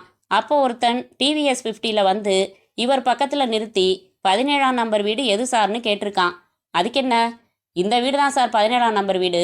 அட, அப்புறம் மேலே சொல்லுங்க. இவர் 3வது வீடுன்னு அடையாளம் சொல்லியிருக்காரு. அவன் இவரை தாண்டி இந்த வீட்டு வாசலில் வண்டியை நிறுத்திட்டு உள்ளே நடந்த வரைக்கும் பார்த்துருக்காரு. எத்தனை மணி இருக்குமா? அப்போது 8:30 மணி இருக்குமா. ஆள் எப்படி இருந்தானா? அவரால் சரியாக வர்ணிக்க முடியலை. கருப்பு பேண்ட் வெள்ளை சட்டைன்னு மட்டும் சொல்கிறாரு சார். உள்ள திவ்யாவோட பெட்ரூமை நல்லா அலசி பார்த்துடலாமா? அதுக்கு முன்னாடி ஒரு கோல்டு ஸ்பாட் குடிச்சிட்டு வந்துடுறேன். நீங்கள் முன்னாடி போய் அலச ஆரம்பிங்க. அவரை ஒரு முறை முறைத்து விட்டு உள்ளே நடந்தார் தயாளன். திவ்யாவின் அறைக்கு வந்தார். ஆராய துவங்கினார். 1 மணி நேரத்திற்கு பிறகும் குறிப்பிடும்படி எதுவும் கிடைக்காமல் சற்றே சோர்ந்து போய் கீழே இறங்கி வந்தபோது டாக்ஸியில் வந்து இறங்கினான் விஸ்வம். தான் வீட்டின் வாசலில் போலீஸ்காரர்கள் நிற்பதை பார்த்து குழம்பி சூட்கேஸுடன் நடந்து வர அவனை உள்ளே நுழைந்ததுமே இன்ஸ்பெக்டர் புருஷோத்தமன் எதிர்கொண்டு, நீங்கள் தானே மிஸ்டர் விஸ்வம் என்று கேட்டு அவன் தலையசைத்ததும், ஒரு பேட் நியூஸ். நேற்று ராத்திரி உங்கள் மனைவி திவ்யாவை யாரோ கொலை செய்துட்டாங்க என்றார். அவன் அதிர்ந்து போனான். இன்னும் நிதானமாக பக்குவமாக இந்த அதிர்ச்சியான செய்தியை சொல்லியிருக்கலாம் என்று பட்டது தயாளனுக்கு. விஸ்வம் உடைந்து போய் அழத் துவங்க அவனை சமாதானம் செய்து அவனை ஆசுவாசப்படுத்தி 1/2 மணி நேரத்திற்கு பிறகுதான் கேள்விகளை ஆரம்பிக்க முடிந்தது. மிஸ்டர் விஸ்வம், உங்கள் மனைவியோட உடலை போஸ்ட்மார்ட்டத்துக்கு அப்புறம் தான் வாங்கிக்க முடியும். அதுக்கு டைம் ஆகும். கொஞ்சம் எங்கள் விசாரணைக்கு ஒத்துழைச்சா நல்லது. சொல்லுங்க சார் என்று தேம்பினான். இந்த கொலையை யார் எந்த காரணத்துக்காக செய்திருக்கலாம்னு நீங்கள் நினைக்கிறீங்க என்றார் புருஷோத்தமன். எனக்கு எதுவும் புரியலை சார். நல்லா நிதானமாக யோசிச்சு சொல்லுங்க. ஒரு வீட்டில் தனியாக இருக்கிற ஒரு குடும்ப பொண்ணை கொலை செய்யணும்னா அதுக்கு சில காரணங்களை தான் சொல்ல முடியும். பணம் நகைக்காக இருக்கலாம். இங்கே திருட்டு எதுவும் நடக்கலை. கற்பழிப்பு ஒரு காரணமாக இருக்கலாம். அதுவும் இங்கே நடக்கலை. இதை விட்டால் ஏதோ முன்விரோதம் கொண்ட நபர் தான் இந்த ப்ரூட்டல் மர்டரை செய்திருக்க முடியும். சமீப காலமாக ஏதாச்சும் விரோதம் உங்கள் மனைவிக்கு யார்கிட்டையாவது உண்டா என்றார் தயாளன். இல்லை, அவள் யார்கிட்டையும் சண்டைக்கு போக மாட்டா. உங்கள் மேலே உள்ள பகையை இப்படி உங்கள் மனைவியை கொலை செய்கிறது மூலமாக யாராச்சும் தீர்த்துக்கிட்டு இருக்கலாமா? எனக்கும் அப்படி எதுவும் பகை இல்லையே சார். தயாளன், கொஞ்சம் இப்படி வாங்க, டமால் டமால்னு கேட்டுடணும் என்ற புருஷோத்தமன், மிஸ்டர் விஸ்வம், கொஞ்சம் எடக்கு முடக்காதான் கேள்வி கேட்போம். கோச்சுக்காமல் பதில் சொல்லணும். உங்களுக்கும் உங்கள் மனைவிக்கும் ஏதாச்சும் தகராறு உண்டா என்றார். இல்லை சார், நிச்சயமாக இல்லை. நேற்று ராத்திரி கூட எஸ்டிடி போட்டு 15 நிமிஷம் அவளோட பேசினேன். அவள் ரொம்ப பொசசிவ். என் மேலே ரொம்ப பிரியம். அதே அளவு பிரியம் நீங்களும் வச்சுருந்தீங்களா? நிச்சயமா. உங்களுக்கு உங்கள் மனைவி தவிர வேற ஏதாச்சும் விவகாரம் உண்டா? உண்டுன்னா மறைக்காமல் சொல்லிடுங்க. நான் அப்படிப்பட்டவன் இல்லை சார். உங்கள் மனைவி திவ்யாவுக்கு வேற யாரோடையாவது தகாத தொடர்பு இருக்கிறதா நீங்கள் எப்பயாவது சந்தேகப்பட்டதுண்டா? நோ. ஏன் இப்படியெல்லாம் செத்து போனவன் மேலே அபாண்டமாக பழி சுமத்துறீங்க? இல்லை, ஜஸ்ட் கேட்குறோம். கோச்சுக்க கூடாதுன்னு சொன்னேனே. கொன்னவன் யாருன்னு ஏதாச்சும் ரூட்டில் ஒரு ஐடியா பிடிக்க வேணாமா? புருஷோத்தமன் அவனை மேற்கொண்டு கேள்விகள் கேட்டுக்கொண்டிருக்க தயாளன் நகர்ந்து கொலை நடந்த அந்த ஹாலுக்கு வந்து கொஞ்ச நேரம் மௌனமாக பார்த்தார். சோஃபா அருகில் சென்று அமர்ந்தார். டீஃபாய் மேல் நிறைய வார மாத இதழ்கள் கலைந்து கிடந்தது. அதில் மேலாக கிடந்த ஓடையின் ஓரத்தில் அதன் முதல் பக்கத்தில் இக்கவிதைகளை எழுத வைத்தவளுக்கு நேசத்துடன் சுந்தர் என்று கையில் எழுதப்பட்டு கீழே தேதியிடப்பட்டிருந்தது. நேற்றைய தேதி. அட்டையில் கவிஞரின் பெயரை பார்த்தார். எழுத வைத்தவளுக்கு என்கிற வார்த்தைகளுக்கு அர்த்தம் தேடினார். புத்தகத்தை வெளியிட்டது யார் என்று பார்த்தார். அருணோதயம் என்று போட்டிருந்தது. கவிஞரை பற்றி குறிப்பு தேடினார். எதுவும் இல்லை. அந்த புத்தகத்துடன் அடுத்த அறைக்கு வந்தார். சார், இந்த புக்கு டீப்பாயில் கிடந்தது, இதை படிங்க என்று புருஷோத்தமனிடம் காட்டினார். நேத்து தேதி போட்டிருக்கு. இந்த சுந்தர் நேத்து நேரில் வந்து கொடுத்துட்டு போயிருக்கலாம் என்ற தயாளன். கவிஞர் சுந்தர உங்களுக்கு தெரியுமா மிஸ்டர் விஸ்வம் என்றார். நெற்றியை சுருக்கினான் விஸ்வம். கவிஞர் சுந்தரா? தெரியலையே. எழுத வைத்தவளுக்குன்னு எழுதி கையெழுத்து போட்டிருக்காரே. புத்தகத்தை வாங்கி பார்த்த விஸ்வம், மை காட், ஒருவேளை அந்த சுந்தரா இருக்கலாமா என்றான். எந்த சுந்தர்? சார், என் ஒய்ஃப் திவ்யா கல்யாணத்துக்கு முன்னாடி சுந்தர்னு ஒரு பையனோட பழகியிருக்கா. அஃப்கோர்ஸ் அவங்க லவ் பண்ணியிருக்காங்க. திடீர்னு அந்த சுந்தருக்கு குடிப்பழக்கம் ஏற்பட்டிருக்கு. அது அதிகமாயிட்டே போயிருக்கு. குட்பை சொல்லிட்டு விலகிட்டா. இதெல்லாம் உங்களுக்கு எப்படி தெரியும்? என்னோட முதலிரவு அன்னைக்கே நாங்கள் மனசு விட்டு எல்லாம் பேசினோம். என் வாலிப முறுக்கில் நான் செஞ்ச சில தப்புகளை ஓப்பனாக சொன்னேன். அதே மாதிரி அவளையும் சொல்ல சொன்னேன். அப்போ சொன்னா, என்னால் தாராள மனசோட அந்த செய்தியை எடுத்துக்க முடிஞ்சுது. அந்த சுந்தரை நீங்கள் அதுக்கப்புறம் சந்திச்சிருக்கீங்களா? இல்லை. அவர் என்ன செய்கிறாரு, எங்கே இருக்காருன்னு தெரியுமா? இவ காதலிச்சப்போ ஏதோ ஒரு ரெடிமேட் கடையில் சேல்ஸ்மேனா சாதாரண வேலை பார்த்ததா சொன்னான். எந்த கடைன்னு நான் கேட்கல. இந்த டாபிக்கை மறுபடி நாங்கள் பேசினதே இல்லை சார் என்றார் தயாளன். அருணோதயம் பதிப்பகத்தில் விசாரிச்சா இந்த சுந்தரோட அட்ரஸ் பிடிச்சிடலாம் சார். அது எனக்கும் தெரியும். இவருக்கு தெரியுமான்னு கேட்டேன். புக்கை கொடுங்க, நானே போய் விசாரிக்கிறேன். இப்போ எனக்கு எல்லாம் புரிஞ்சு போச்சு. இப்போ அந்த குடிகார சுந்தர் திருந்தி இருப்பான். தன் காதலி தன்னை விட்டுட்டதில் பொங்கி இருப்பான். வந்து தீர்த்துட்டு போயிட்டான் என்றார் புருஷோத்தமன். இருங்க சார், அவசர அவசரமாக இவ்வளவு சீக்கிரம் ஒரு தீர்மானத்துக்கு வரணும்னு அவசியம் இல்லை. இவனை ஒன் ஆஃப் தி சஸ்பெக்ட்ஸாக வச்சுக்கலாம் என்ற தயாளனை ஒரு நெருப்பு பார்வை பார்த்துவிட்டு, ஐ நோ, நீங்கள் சாரை மேற்கொண்டு விசாரிங்க என்று வேகமாக புறப்பட்டார் இன்ஸ்பெக்டர் புருஷோத்தமன். அத்தியாயம் 8. இன்னும் ஒரு ஃப்ளாஷ்பேக். மிஸ்டர் ஈஸ்வர் இருக்காரா? ஸ்பீக்கிங். நாங்கள் கோகிலா நர்சிங் ஹோம்லேருந்து பேசுகிறோம். மிஸ் பரணி உங்களுக்கு ஒரு தகவல் கொடுக்க சொன்னாங்க. சொல்லுங்க. அவங்க இங்கே அட்மிட் ஆகி ஸ்பெஷல் வார்டில் 7ஆம் நம்பர் ரூமில் தங்கியிருக்காங்க. ஐயோ, அவளுக்கு என்ன? ஒன்றும் இல்லைங்க, ஒரு சின்ன ஆக்சிடெண்ட். டாக்டர் அட்டென்ட் செஞ்சிட்டாரு. She is conscious. இப்போ ரெஸ்ட் எடுக்கிறாங்க, பேசுகிறாங்க. அவங்க தான் உங்கள் நம்பர் கொடுத்து தகவல் சொல்ல சொன்னாங்க. அவசரம் இல்லையா? ஆஃபீஸ் முடிஞ்சதும் நீங்கள் வந்து பார்த்தா போதும்னு சொல்ல சொன்னாங்க. நான் இப்போவே புறப்பட்டு வரேன்னு சொல்லுங்க. இல்லை சார், பரபரப்பாக உடனே வரணும்னு அவசியம் இல்லை. உங்களுக்கு அவசியம் இல்லை, எனக்கு அவசியங்க. நீங்கள் சொல்லிடுங்க. வாங்க ஈஸ்வர். என்ன பரணி இது? கடவுளே, சின்ன ஆக்சிடென்ட்னு இதைத்தான் ஃபோனில் சொல்ல சொன்னியா? என்னம்மா, எப்படி ஆச்சு? மொபைட்டில் வந்துட்டு இருந்தேன். லாரிக்காரனுக்கு அவசரம், என்ன ஓவர்டேக் பண்ணுறேன்னு சொல்லி பந்தாடிட்டான். ஜஸ்ட் 2 எலும்பு மட்டும்தான் ஃப்ராக்சர் ஆகியிருக்கான். என்ன பரணி, இவ்வளவு சாதாரணமாக சொல்கிற? உன்னை எப்போ அட்மிட் செஞ்சாங்க? நேற்று ராத்திரி. உடனே எனக்கு தகவல் தரதுக்கு என்ன? அந்த நிலைமையில ரத்தம் கொட்டி சொதன்னு என்ன நீங்கள் பார்க்க வேணாமேன்னு தான். ரொம்ப அதிர்ச்சி அடைஞ்சிடுவீங்களே. அதுக்காக டாக்டர் என்ன சொன்னாரு? இதே மாதிரி கட்டு போட்டுக்கிட்டு காலை தூக்கி தொட்டிலேயே வச்சுக்கிட்டு 6 வாரம் இதே பெட்டில் இருக்கணுமா. Jolly, full rest. எல்லாமே உனக்கு விளையாட்டா இருக்கா? ஃப்ராக்சர் பற்றி என்ன சொன்னாரு? எலும்பு சேர்ந்துரும் இல்லையா? நான் போய் டாக்டரை பார்த்து பேசிட்டு வந்துடட்டுமா? இருங்க ஈஸ்வர், இப்போ டாக்டரே இங்கே வருவார், உட்காருங்க. காலையிலேருந்து வந்து பார்த்துட்டு போனவங்க எல்லாரும் போர் அடிச்சுட்டாங்க. பரணி, நான் ஆஃபீஸுக்கு லீவ் போட்டுடுறேன். போட்டுட்டு உன் பக்கத்துல இருந்து நீ டிஸ்சார்ஜ் ஆகிற வரைக்கும் கவனிச்சுக்கிறேன். அதெல்லாம் நர்ஸு பார்த்துக்குவாங்க. நீங்கள் ஏன் லீவ் எல்லாம் போடணும்? உனக்காக லீவ் போடாமல் யாருக்காக போடுறது? எனக்கு ரொம்ப கஷ்டமாக இருக்கு பரணி. ஏன் உனக்கு இந்த மாதிரி சோதனை? அழப்போகிற மாதிரி தெரியுது. அப்படியா? கிண்டலா இருக்கா? மனமுருக பிரார்த்தனை செஞ்சா எல்லாம் சரியா போயிடுமா ஈஸ்வர்? நீங்களும் பிரார்த்தனை செய்யுங்களேன். 2 நிமிஷம் கண்ணை மூடி. சரி, போதும், கண்ணை திறந்து பாருங்க. ஏய், என்ன இது? கட்டெல்லாம் பிரிக்க வேண்டியதுதானே? நீங்க தான் பிரார்த்தனை செஞ்சீங்களே, எல்லாம் சரியா போச்சு. இதோ பாருங்க, நோ காயம் மட்டால். பரணி, என்ன இதெல்லாம்? நடிப்பு, ஆக்ஷன். ஏன் ஈஸ்வர், புறப்படுறதுக்கு முன்னாடி தேதி என்னன்னு பாக்குறது இல்லையா? உங்க ஆபீஸ்ல கேலண்டர் இல்லையா? இன்னைக்கு ஏப்ரல் 1மா கண்ணு? என்ன பரணி இது? எதில் விளையாடுறதுன்னு இல்லை. நான் எவ்வளவு தூரம் துடிச்சு போயிட்டேன் தெரியுமா? ஏப்ரல் 1ஆம் தேதி முட்டால் அடிக்கிறதுல நோ லிமிட்டேஷன் கண்ணா. உங்ககிட்ட உரிமை எடுத்து விளையாடாம வேற யார்கிட்ட விளையாடுறதா? This is too much. இந்த கலாட்டால ஒன்று புரிஞ்சுது. நல்ல வேலை நீங்க உன் கால் நொண்டியாயிடுச்சு, அதனால நம்ம காதலை மறந்துடுன்னு சொல்லல. உங்க லவ்வோட ஆழம் தெரிஞ்சுது. Hats off. என்கிட்ட பேசாத. கோபமா? என் ஃப்ரெண்டு இந்த கிளினிக்ல டாக்டர், அவளை பார்க்க வந்தேன். திடீர்னு இந்த ஐடியா வந்துச்சு, விளையாடினேன். தப்புன்னா சாரிப்பா. சாரி சொல்லியாச்சுன்னா சிரிச்சிடணும்னு நம்ம ஒப்பந்தம் சொல்லுது டார்லிங். Come on, smile. பெரிய கமல்ஹாசன்னு நினப்பு. உன்ன ஏய், காது வலிக்குது, விடுங்க. அத்தியாயம் 9. முகத்தில் என்றால் முகத்திலேயே பூட்ஸ் காலால் உதைத்தார் இன்ஸ்பெக்டர் புருஷோத்தமன். அம்மா என்று அலறியபடி உடைந்த மூக்கை பொத்திக்கொண்டு மல்லாந்து விழுந்தான் சுந்தர்.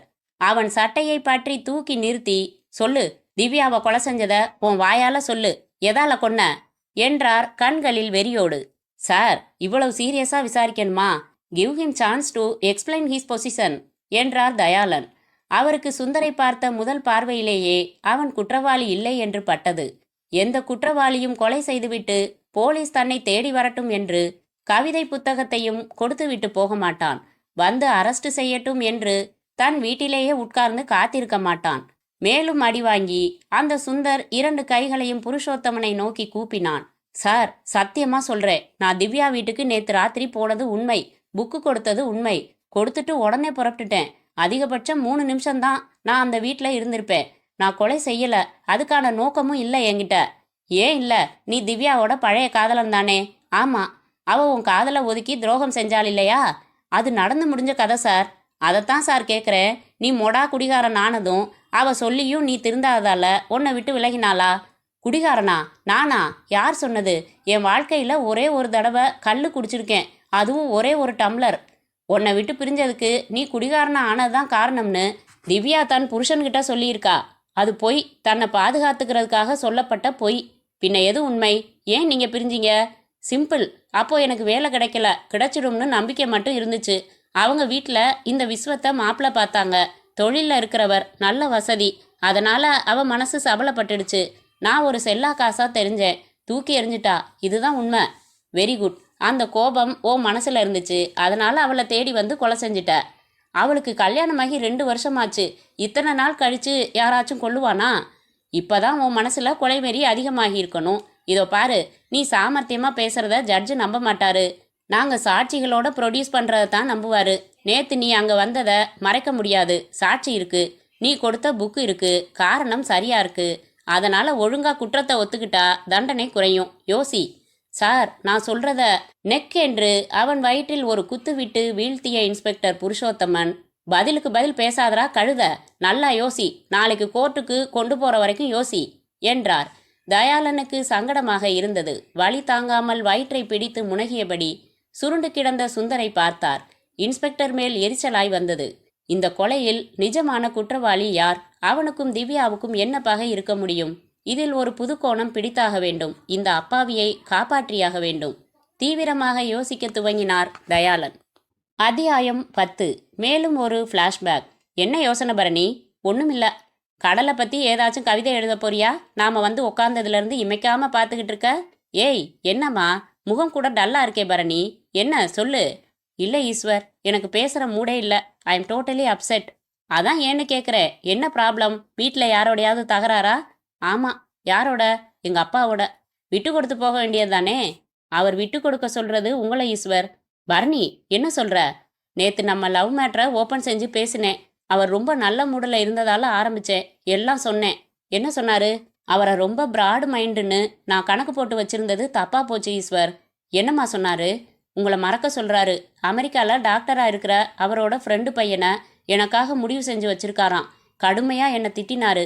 தன் முடிவை மாற்றிக்க போகிறதில்லன்னு கண்டிப்பாக சொன்னார். அப்புறம் அமெரிக்காவில் என் வாழ்க்கை எவ்வளவு சுகமாக இருக்கும்னு 1 மணி நேரம் லெக்சர் அடித்தார்.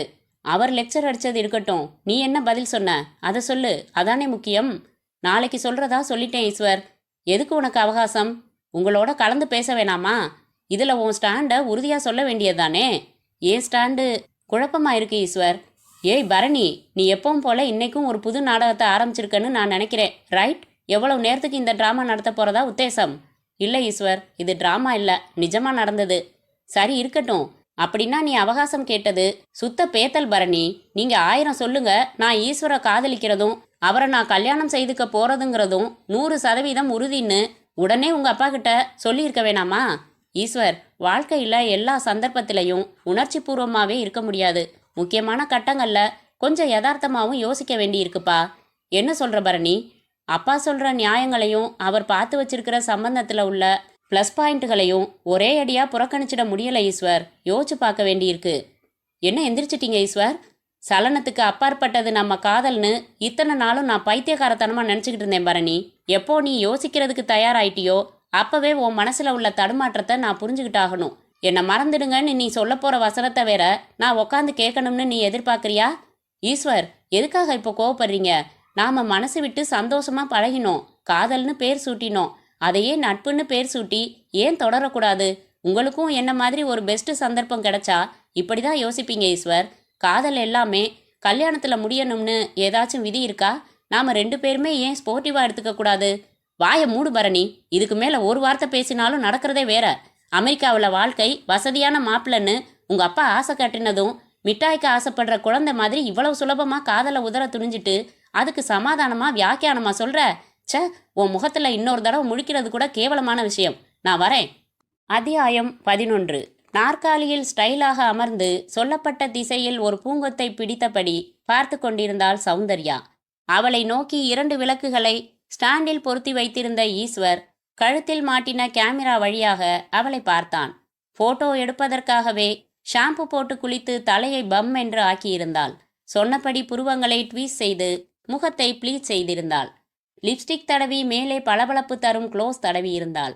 தோள்களை சற்று அதிகமாக வெளிப்படுத்தும் டாப்ஸ் அணிந்து ஜீன்ஸ் கட் அணிந்திருந்தாள். வித்வான் சுப்பிரமணி சற்று தள்ளி ஒரு நாற்காலியில் அமர்ந்து தன் எவர் சில்வர் வெற்றிலை பெட்டியிலிருந்து எடுத்து வெற்றிலை போட்டு கொண்டிருந்தார். சின்னப் என்றான் ஈஸ்வர். என்ன செய்யணும் என்றால் புரியாமல். முகத்தை கொஞ்சம் தூக்கணும். அந்த பக்கம் இல்ல, இந்த பக்கம். அவ்வளவு தூரம் வேணாம். கழுத்துல மடிப்பு விழக்கூடாது. வெயிட், நான் வரேன். ஈஸ்வர் கிட்டே வந்து சௌந்தர்யாவின் முகத்தை 2 கைகளாலும் தொட்டு தனக்கு தேவையான போஸில் நிறுத்தி, அப்படியே அசையாம இரு, உதட்டை ஈரம் பண்ணிக்க, முகம் பிரைட்டா இருக்கணும், நான் சொல்றப்ப லேசா சிரிச்சா போதும், ஓகே? சற்று தள்ளி சென்று கோணம் பார்த்து ரெடி ஸ்மைல் என்றான். சௌந்தர்யா சிரித்ததும் கிளிக் என்று தட்டினான். அப்படியே இரு என்று மற்றொரு முறை தட்டினான். வித்வானிடம் வந்தான். சார், 7 விதமா பல காஸ்டியூம்ல எடுத்திருக்கேன், போதுமில்ல? அவர் வாய் முழுக்க வெற்றிலையோடு சிரித்தார். என்ன சார் சிரிக்கிறீங்க? நாம் ஃபோட்டோ எடுக்கிறது சினிமாக்காரங்களுக்கு காட்டி சான்ஸ் வாங்கிறதுக்காக. நீங்கள் எடுத்த போஸ் எல்லாம் ஃபேன்சியாகவும் டீசெண்டாகவும் இருக்குது. இதுவும் வேணும். சௌந்தர்யாவோட கவர்ச்சி வெளிப்படுற மாதிரி கிளாமரா, கொஞ்சம் செக்ஸியாக ஒரு ஸ்டில் எடுத்து கொடுத்துருங்க சார். கிளாமரானா எந்த மாதிரி? ஜாக்கெட் இல்லாமல் ஒரு கிராமத்து பொண்ணு மாதிரி சேலை கட்டி நல்லா நனைச்சி விட்டுடுங்க. இல்லைன்னா ஒரு டவல் மட்டும் கட்டிக்கிட்டு சோம்பல் முறிக்கிற மாதிரி எடுங்க. எனக்கு எதுவும் இல்லை சார். இந்த பொண்ணு ஒத்துக்குமா? நாய் வேஷம் போட்டால் குறைக்கத்தான் வேணும். சினிமாவில் வரணும்னா இப்படியெல்லாம் செஞ்சு தான் ஆகணும். நாளைக்கு டைரக்டர் இந்த மாதிரி கவர்ச்சியாக நடிக்க சொன்னால் செய்யாமல் இருக்க முடியுமா? நான் எல்லாம் சொல்லித்தான் கூட்டிகிட்டு வந்திருக்கேன் என்றார் சுப்பிரமணி. நான் இருந்தால் சங்கோஜமாக இருக்கும்னு சொல்லிச்சு. அதனால் நான் கடைத்தெரு வரைக்கும் போயிட்டு வந்துடுறேன். 1 மணி நேரம் கழித்து வரேன். உங்களுக்கு எந்த போஸில் எடுத்தால் சரியாக வரும்னு தோணுதோ அந்த போஸில் எடுங்க. சுப்பிரமணி புறப்பட்டு சென்றதும் தன் மேஜையில் இருந்த சிகரெட் பாக்கெட் எடுத்து ஒன்றை பற்ற வைத்து கொண்டான் ஈஸ்வர். சௌந்தர்யாவை பார்த்தான். அவள் அங்கிருந்த ஒரு சினிமா இதழை புரட்டி கொண்டிருந்தாள். சௌந்தர்யா, உன்னை அடுத்ததா கொஞ்சம் செக்ஸியாக எடுக்க சொல்லிட்டு போயிருக்காரு என்றான் சற்றே தயக்கத்துடன். நான் ரெடி, போஸ் எப்படின்னு சொல்லுங்க சார் என்றாள் உடனே. வந்து ஒரு டவல் மட்டும் கட்டிக்கிட்டு. ஓகே, டவல் இருக்கா? தரீங்களா? மெல்லிசா இருக்கணும்ல டவல், மேலே நனைச்சி விடுவீங்கல்ல. என்ன சார் அப்படி பார்க்குறீங்க? இது ஒன்றும் புதுசு இல்லையே. உடம்புல துண்டு துணி கூட இல்லாமல் என் மாமா கொண்டு போய் விட்ட எத்தனையோ பேர் முன்னாடி நின்னாச்சு சார். சினிமா சான்ஸ்னு சொல்லி சொல்லி என்னை வச்சு வியாபாரம் பண்ணுறாரு சார். இந்த ஃபோட்டோஸ் எல்லாம் சினிமாக்காரங்களுக்கு காட்டுறதுக்கு இல்லை, புரோக்கர்ஸ் கிட்ட கொடுத்து புதுசு புதுசாக எனக்கு கஸ்டமர்ஸ் பிடிக்கிறதுக்காக என்றாள் சௌந்தர்யா படபடவென்று. அப்படியா? இதெல்லாம் நீ இஷ்டம் இல்லாமல் செஞ்சுக்கிட்டு இருக்கியா? ஆரம்பத்தில் அப்படி இருந்துச்சு, இப்போ பழகிடுச்சு. எனக்கு எதையோ ஊற்றி கொடுத்து தான் அனுபவிச்சதோடு இல்லாமல் தன்னோட 2 ஃப்ரெண்டுக்கும் பணம் வாங்கிட்டு கூட்டி கொடுத்தாரு. அந்த கன்றாவி காட்சியெல்லாம் ஃபோட்டோ எடுத்து வச்சுக்கிட்டு என்னை மிரட்டி என்னை தொழில்முறை விபச்சாரையாக்கிட்டார் சார். மை காட், வெளியுலகத்துக்கு அவர் எவ்வளவு கண்ணியமாக இருக்காரு. ஒரு வீணை வித்வான் இப்படியெல்லாம் நடந்துப்பாருன்னு யாராச்சும் நம்ப முடியுமா? வாழ்க்கையில் நடக்கிற சம்பவங்களில் சிலது இந்த மாதிரி நம்ப முடியாததாக தான் இருக்கும் சார். இப்போ எனக்கு வருத்தமே இல்லை, விரக்தியே சகஜமாயிடுச்சு. எனக்கு இந்த தண்டனை வேணும் சார். ஏன்? உங்ககிட்ட மனசு விட்டு சொல்ல தோணுது. நான் ஒரு பெரிய துரோகம் செஞ்சிட்டேன் சார். யாருக்கு? விமல்குமாருக்கு. அவர் என் காதலர். நாங்கள் 2 பேரும் உயிருக்குயிராக காதலிச்சோம். அவர் ஒரு நல்ல வேலையில் இருந்தார். என்னை கல்யாணம் செய்துக்கிறதா இருந்தார். கல்யாணம் ஆகியிருந்தா என் மனசுக்கு பிடிச்ச அவரோட ஒரு நிம்மதியான வாழ்க்கை வாழ்ந்துக்கிட்டு இருப்பேன். எல்லாம் போச்சு. என்ன நடந்தது? என் மாமா தான் காரணம். நான் ரொம்ப அழகா இருக்கிறதாகவும் தனக்கு சினிமாவில் எல்லாரையும் தெரியும்னும் என்ன ஒரு சினிமா நடிகையாக்கி ஸ்ரீதேவி லெவலுக்கு கொண்டு போய் உட்கார வைக்கிறதாகவும் ஆசை காட்டினாரு. அவர் சொன்ன ஜாலமான வார்த்தைகள் என் அறிவை மழுங்கடிச்சிடுச்சு. காதலை முறிச்சுக்கிட்டு தன்னோட வர சொன்னாரு. நானும் மடத்தனமா அவர் பேச்சை நம்பி என் விமல்குமார் மனசை நோகடிச்சிட்டு வேற இடத்துல கல்யாணம் நிச்சயமாயிடுச்சுன்னு பொய் நாடகம் ஆடிட்டு மெட்ராஸ் வந்துட்டேன். அவருக்கு நான் செஞ்ச துரோகத்துக்கு தான் இப்போ சீரழிகிறேன். அவளையே உற்று பார்த்து கொண்டிருந்த ஈஸ்வரின் நெற்றி நரம்புகள் முறுக்கேறி புடைத்தன. Photo எடுத்துடலாமா sir? வேணாம், அவர் வந்து கேட்பாரே. எடுத்தாச்சுன்னு சொல்லிடுறேங்க, அப்புறம் விழலன்னு சொல்லிடுறேன். நீங்கள் வீட்டுக்கு போகலாம். அவன் குரலில் ஒரு உத்தரவும் கண்டிப்பும் திடீரென்று ஏற்பட்டிருப்பதை கவனித்த சௌந்தர்யா எதுவும் பேசாமல் தான் கொண்டு வந்த உடைகளையும் ஒப்பனை பொருட்களையும் எடுத்து பேக்கில் போட்டுக்கொண்டு புறப்பட்டு சென்றாள். ஈஸ்வர் சேரில் அமர்ந்து சிந்தனையோடு சிகரெட் பிடிக்க துவங்கினான். கொஞ்ச நேரம் கழித்து அருகில் கிடந்த செய்தித்தாளை எடுத்து பார்த்தான். அதில் திவ்யா கொலை வழக்கு பற்றி செய்தி வந்திருந்தது. தொழிலதிபர் மனைவி கொலை வழக்கில் துப்பு துளங்கியது. தொழிலதிபர் விஸ்வத்தின் மனைவி திவ்யா கொலை செய்யப்பட்டதை தொடர்ந்து போலீசார் தீவிரமாக விசாரணை நடத்தி அந்த கொலையை செய்த குற்றவாளி சுந்தரை கைது செய்தார்கள். சுந்தர் திவ்யாவின் முன்னாள் காதலனாவார். தனக்கு துரோகம் செய்த திவ்யாவை ஆத்திரம் காரணமாக அவர் கொலை செய்திருப்பதாக தெரிகிறது. இந்த வழக்கை விசாரித்து வரும் போலீஸ் இன்ஸ்பெக்டர் புருஷோத்தமன் இதுவரை குற்றவாளி தன் குற்றத்தை ஒப்புக்கொள்ளவில்லை என்றாலும் அவர்தான் கொலையாளி என்பதற்கு சரியான சாட்சிகளும் தடயங்களும் இருப்பதாக கருத்து தெரிவித்தார். செய்தியை படித்து முடித்த ஈஸ்வரின் முகம் சுருங்கியது. அவசரமாக எழுந்து கொண்டான். வீட்டை பூட்டிக் கொண்டு பைக்கில் புறப்பட்டான். அத்தியாயம் 12. கடைசியாக ஒரு ஃப்ளாஷ்பேக். ஹலோ, ஈஸ்வர் பேசுகிறேன். நான் பெருமாள் பேசுகிறேன். ஈஸ்வர், சொல்லு. நேற்று ஏர் இந்தியா விமானம் ஒன்று கிராஷ் ஆனது தெரியுமா? தெரியும், பேப்பரில் படித்தேன். அதுக்கு என்ன? அந்த விபத்தில் உன்னோட முன்னாள் காதலி பரணியும் அவள் புருஷனும் மாட்டியிருக்காங்க. அப்படியா? அது எனக்கு தெரியாது. என் சொந்தக்காரர் ஒருத்தரும் இந்த விபத்தில் இறந்துட்டாரு. அவர் பாடி வாங்குறது சம்மந்தமாக ஏர்போர்ட் போயிருந்தேன். அப்பதான் எனக்கு இந்த செய்தி தெரியும். கல்யாணமாகி 3ஆம் நாள் ஜோடியாக அமெரிக்கா புறப்பட்டுருக்காங்க. பாவம் இல்லை, ஏர்போர்ட்ல அவங்க அப்பா அம்மா கதறினதை பார்க்கணுமே. பெருமாள், என் மனசுல கொஞ்சம் கூட துக்கமே இல்லடா. என்ன இப்படி சொல்ற? அதான் உண்மை. இது குரூர திருப்தியா இருக்கலாம், ஆனா நிஜம். எனக்கு இப்போ சந்தோஷமா இருக்கு. அவளுக்கு இந்த தண்டனை வேணும். இந்த விபத்துல அவ சாகலன்னா கூட என்னால ஏதாவது ஒரு வழியில தண்டிக்கப்பட்டிருப்பா. அந்த அளவுக்கு என்கிட்ட வெறி இருக்குது தெரியுமா? அந்த மாதிரி எல்லாம் சொல்லாத ஈஸ்வர். அவ உனக்கு துரோகம் செஞ்சிருக்கலாம், ஆனா இப்போ இறந்துட்டாங்கிறப்ப மனுஷத்தன்மையோட அவ ஆத்மா சாந்தி அடைய பிரார்த்தனை செய்யறதுதான் முறை. என் ஆத்மா எப்படிரா சாந்தி அடையும்? அவ செத்தா கூட எனக்குள்ள அந்த சம்பவங்களும் துரோகமும் பசுமையா உட்கார்ந்துருக்கே, அதை எப்படி அழிக்கிறது? அத்தியாயம் 13. ஒலித்த போனை எடுத்தார் sub inspector Dayalan. Hello, sub inspector speaking. வணக்கம் சார். திவ்யா கொலையில குற்றவாளின்னு சுந்தர பிடிச்சு வச்சிருக்கீங்களே, அந்த ஆள் அப்பாவி சார். அவன் இந்த கொலைய செய்யல. சந்தர்ப்பவசத்தால எக்கு தப்பா அவன் இதுல மாட்டியிருக்கான். அவனை சித்திரவதை செய்ய வேணாம். பாவம், அவனை விட்டுருங்க. உண்மையான குற்றவாளியை தேடுறதுக்கு முயற்சி பண்ணுங்க என்று ஆண் குரல் ஒலித்தது எதிர்முனையிலிருந்து. சுந்தர் குற்றவாளி இல்லைன்னு எதை வச்சு சொல்றீங்க? திவ்யாவை கொலை செஞ்சது நான் தான் சார், அதனால சொல்றேன். மை காட், யாரா நீ? சாரி, இப்போதைக்கு மாட்டிக்கிறதா இல்ல, வச்சிரவா? தயாளன் உடனே இன்ஸ்பெக்டர் புருஷோத்தமனிடம் வந்தார். போன் விவரங்களை சொன்னதும் அவர் வாய்விட்டு சிரிக்கத் தொடங்கினார்.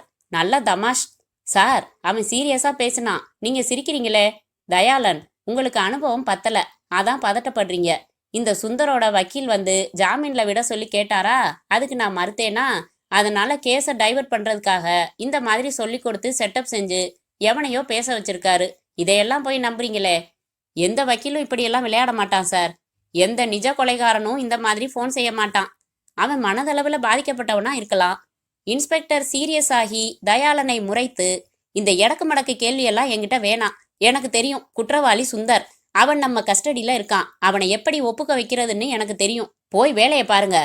அப்போ இந்த கால் தொடர்பான எந்த நடவடிக்கையும் எடுக்க போறதில்லையா? ஒரே ஒரு நடவடிக்கை தான் எடுக்கணும். என்னது? இந்த போனை மறந்துடுறதுதான் என்று சிரித்த இன்ஸ்பெக்டரை எரிச்சல் கொண்டு பார்த்தார் தயாளன். அத்தியாயம் 14. அமுதா மருத்துவமனையை ஒருமுறை நிமிர்ந்து பார்த்தான் ஈஸ்வர். அதன் பிறகு உள்ளே நுழைந்தான். ஈஸ்வர் இப்போது ஒட்டுத்தாடி ஜிப்பா என்று அடையாளம் மாறியிருந்தான். அந்த நவீன மருத்துவமனைக்குள்ளே வந்து பழக்கப்பட்டவன் போல படிகள் ஏறி முதல் மாடிக்கு வந்தான். சுவர்களில் கிரானைட் பதித்திருந்தது, தரையில் மார்பிள். அந்த ஆஸ்பத்திரி மொத்தமும் குளிர்விக்கப்பட்டு அழகழகான நர்சுகள் யூனிஃபார்ம்களில் ஓசையின்றி நடந்தார்கள். டாக்டர் அமுதா என்று போர்டு தாங்கிய கதவுக்கு முன்பாக போடப்பட்டிருந்த பாலிமர் நாற்காலிகளில் ஏற்கனவே 2 பேர் உட்கார்ந்திருந்தார்கள். ஸ்டூல் போட்டு உட்கார்ந்திருந்த யூனிஃபார்ம் அணிந்த பையனை நெருங்கினான் ஈஸ்வர். தம்பி, நான் உமன்ஸ் எரா பத்திரிகையிலிருந்து வரேன். ரிப்போர்ட்டர். டாக்டருக்கு ஏற்கனவே ஃபோன் செஞ்சு அப்பாயின்மெண்ட் வாங்கியிருக்கேன். பேட்டி எடுக்கிறதுக்கு வர சொல்லி டைம் கொடுத்துருக்காங்க டாக்டர் என்றான்.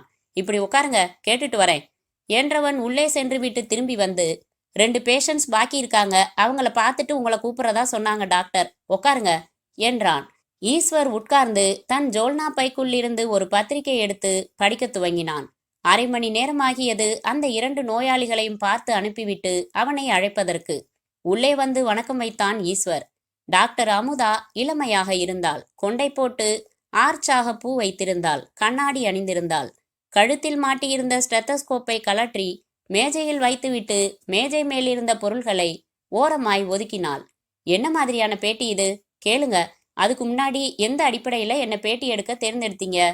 கேட்டுவிட்டு மேஜையில் முழங்கைகளை ஊன்றி முகத்தில் 2 கைகளையும் பதித்து கொண்ட அமுதாவின் வகிட்டின் துவக்கத்தில் குங்குமம் மெரூன் நிறத்தில் இருந்தது. அவள் முதுகுக்கு பின்னால் அவள் அருகில் நின்று சிரித்த அவள் கணவன் டாக்டர் ராஜனும் கண்ணாடி அணிந்திருந்தான். சொல்றேன் டாக்டர், உங்களுக்கு ரோஜா வார இதழ் படிக்கிற பழக்கம் உண்டா? ரெகுலரா பாக்குறதில்ல, எப்பயாவது பார்த்தா புரட்டுவேன். அதுல 2 வருஷத்துக்கு முன்னாடி கடற்கரை காதலர்கள் அப்படின்னு ஒரு பேட்டி கட்டுரை போட்டிருந்தாங்க. திடீர்னு கடற்கரையில இருக்கிற காதல் ஜோடிகள் கிட்ட போய் அவங்க காதலை பத்தியும் அது எப்படி ஏற்பட்டது, எப்போ எப்படி கல்யாணம் பண்ணிக்க போறாங்கன்னு கேட்டும் ஒரு சுவாரஸ்யமான கட்டுரை கொடுத்திருந்தாங்க. அதுல 4 ஜோடிகளோட பேட்டி வந்திருந்துச்சு. ஒரு காதல் ஜோடி நீங்களும் கணேச பாண்டியனும், உங்க 2 பேர் போட்டோவும் கூட வந்திருந்துச்சு. கரெக்டா? அமுதாவின் முகம் இருட்டாகியது. இப்போது ஏன் அதையெல்லாம் பேசுகிறாய் என்பது போல முகம் சுளித்து பார்த்தாள். அப்போ நான் மெடிக்கல் முடிச்சு கிளினிக் வைக்க வசதி இல்லாதால கவர்மெண்ட் வேலைக்கு முயற்சி பண்ணிட்டு இருந்த நேரம். அஃப்கோர்ஸ் கணேச பாண்டியனோட நெருக்கமா பழகினேன். அப்புறம் பல சூழ்நிலை காரணமா அவரை மறந்துட்டு டாக்டர் ராஜனை கல்யாணம் செய்துக்க வேண்டியதா போச்சு. அதனால பழைய மேட்டர் பேச வேணாம் ப்ளீஸ். அதே பத்திரிகையில 10 நாள் முன்னாடி வந்த இஷ்யூல அதே நிருபர் அந்த பழைய கட்டுரையை நினைவுபடுத்தி அந்த காதல் ஜோடிகள் என்ன ஆனார்கள்னு விசாரிச்சு ஃபாலோ அப் கட்டுரை கொடுத்திருக்கார் டாக்டர். அந்த 4 ஜோடிகள்ல 2 ஜோடிகள் கல்யாணம் பண்ணிக்கிட்டு சந்தோஷமா இருக்காங்க. 2 ஜோடிங்க பிரிஞ்சுக்கிட்டாங்க. பிரிஞ்ச ஜோடியில நீங்களும் ஒருத்தர். உங்க பழைய காதலர் கணேச பாண்டியன் தன் காதல் தோல்விக்கு நீங்க தான் காரணம்னும் துரோகம் செய்துட்டதாகவும் சொல்லியிருக்காரு. இதுக்கு உங்க பதில் என்னன்னு தெரிஞ்சுக்கத்தான் நான் வந்தேன். இது நடந்து முடிஞ்ச என் பர்சனல் விஷயம். எதுக்காக இதை பத்தி இப்போ எழுத விரும்புறீங்க? என்ன மேடம், நீங்க சிட்டில லீடிங் டாக்டர். உங்களை பத்தி ஒரு பத்திரிகையில செய்தி வந்துருச்சு. அதை தொடர்ந்து பேட்டி எடுக்கிறதுல தப்பு இல்லையே. ஓகே சொல்றேன். ஒரு பெரிய ஹாஸ்பிட்டல் கட்டி நிறைய பேருக்கு வைத்தியம் பார்க்கணுங்கிறது என் லட்சியமா இருந்தது. கணேச பாண்டியன் ஒரு சாதாரண வேலையில தான் இருந்தாரு. அந்த சமயம் ஒரு பார்ட்டில டாக்டர் அறிமுகம் கிடைச்சது. அவர் என் மேல காதலை வளர்த்துக்கிட்டாரு. அவர் பெரிய கோடீஸ்வரர். அவர் தன் காதலை வெளிப்படுத்திட்டு எனக்கு ஒரு பெரிய ஹாஸ்பிட்டல் கட்டி தரதாவும் சொன்னாரு. எனக்கு அவர் காதலை விட என் லட்சியம் நிறைவேற வழி செய்யறதா சொன்னது கவர்ந்துச்சு. ஒரு பெரிய ஆஸ்பத்திரியில நிறைய பேருக்கு வைத்தியம் செய்யற நல்ல ஒரு சமூக பணிக்கு சந்தர்ப்பம் கிடைக்கிறப்போ காதலை தியாகம் செய்யறது தப்பில்லைன்னு பட்டுது. சோ நான் என் முடிவை பக்குவமா கணேச பாண்டியன் கிட்ட எடுத்து சொல்லிட்டு விலகிட்டேன். நீங்க பத்திரிகையாளர், உங்களுக்கு நான் செஞ்சது துரோகமா படுதா? யோசனை செஞ்சு சொல்லுங்க என்றாள் அமுதா. ஈஸ்வர் எழுந்து கொண்டான். அந்த அறைக்குள்ளேயே மெதுவாக நடந்தான். அவள் அருகில் வந்தான். உதடு துடிக்க பேசினான். காரணம் எதுவா இருந்தாலும் காதலுக்கு துரோகம் செய்யக்கூடாதுங்கிறது என் பாலிசிங்க. பாதிக்கப்பட்ட அந்த காதலனோட மனசை நினைச்சு பார்க்கணும். அந்த கணேச பாண்டியன் வெறுத்து போய் இன்னைக்கு வரைக்கும் கல்யாணம் செய்துக்கல தெரியுமா? நானும் இன்னைய வரைக்கும் கல்யாணம் செய்துக்கல தெரியுமா? நீங்க கல்யாணம் செய்துக்காததுக்கும் அவருக்கும் என்ன சம்பந்தம்? நானும் அவரை மாதிரி ஒரு பாதிக்கப்பட்ட காதலன். எனக்கு துரோகம் செஞ்சவளுக்கு ஆண்டவன் உடனே தண்டனை கொடுத்தாச்சு. ஆனா உலகத்துல உங்கள மாதிரி நம்பிக்கை துரோகிகளை பாதிக்கப்பட்டவங்க எல்லாரும் பழி வாங்கறதில்ல. அவங்க பிரதிநிதியா நான் வந்திருக்கேன். What to you mean? கிட்டே நெருங்கி வந்த ஈஸ்வர் திடீரென்று அந்த ஸ்டெத்தஸ்கோப் எடுத்து அதனால் அவசரமாக அவள் கழுத்தை சுற்றினான். எதிர்பாராத இந்த தாக்குதலுக்கு தயாராக இல்லாத அமுதா போராட துவங்கும் முன்பாகவே தன் கைகளில் அழுத்தத்தை கூட்டினான் ஈஸ்வர். அடுத்த நிமிடத்தில் உயிரை தன் உடம்பில் இருந்து விலக்கிய அமுதா சரிந்து தரையில் விழுந்தாள் அல்லது விழுந்தது.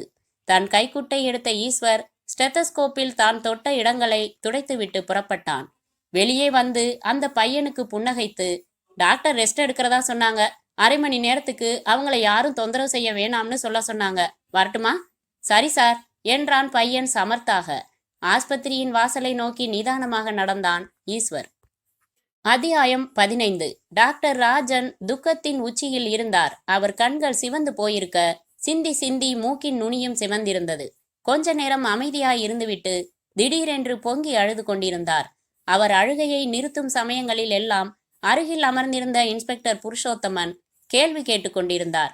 சப் இன்ஸ்பெக்டர் தயாளன் டாக்டர் அமுதாவின் உடலை ஆஸ்பத்திரிக்கு ஆட்டாப்சிக்கு அனுப்புவதற்கான ஏற்பாடுகளை செய்துவிட்டு அங்கே வந்தார். என்ன தயாளன் என்றார் புருஷோத்தமன்.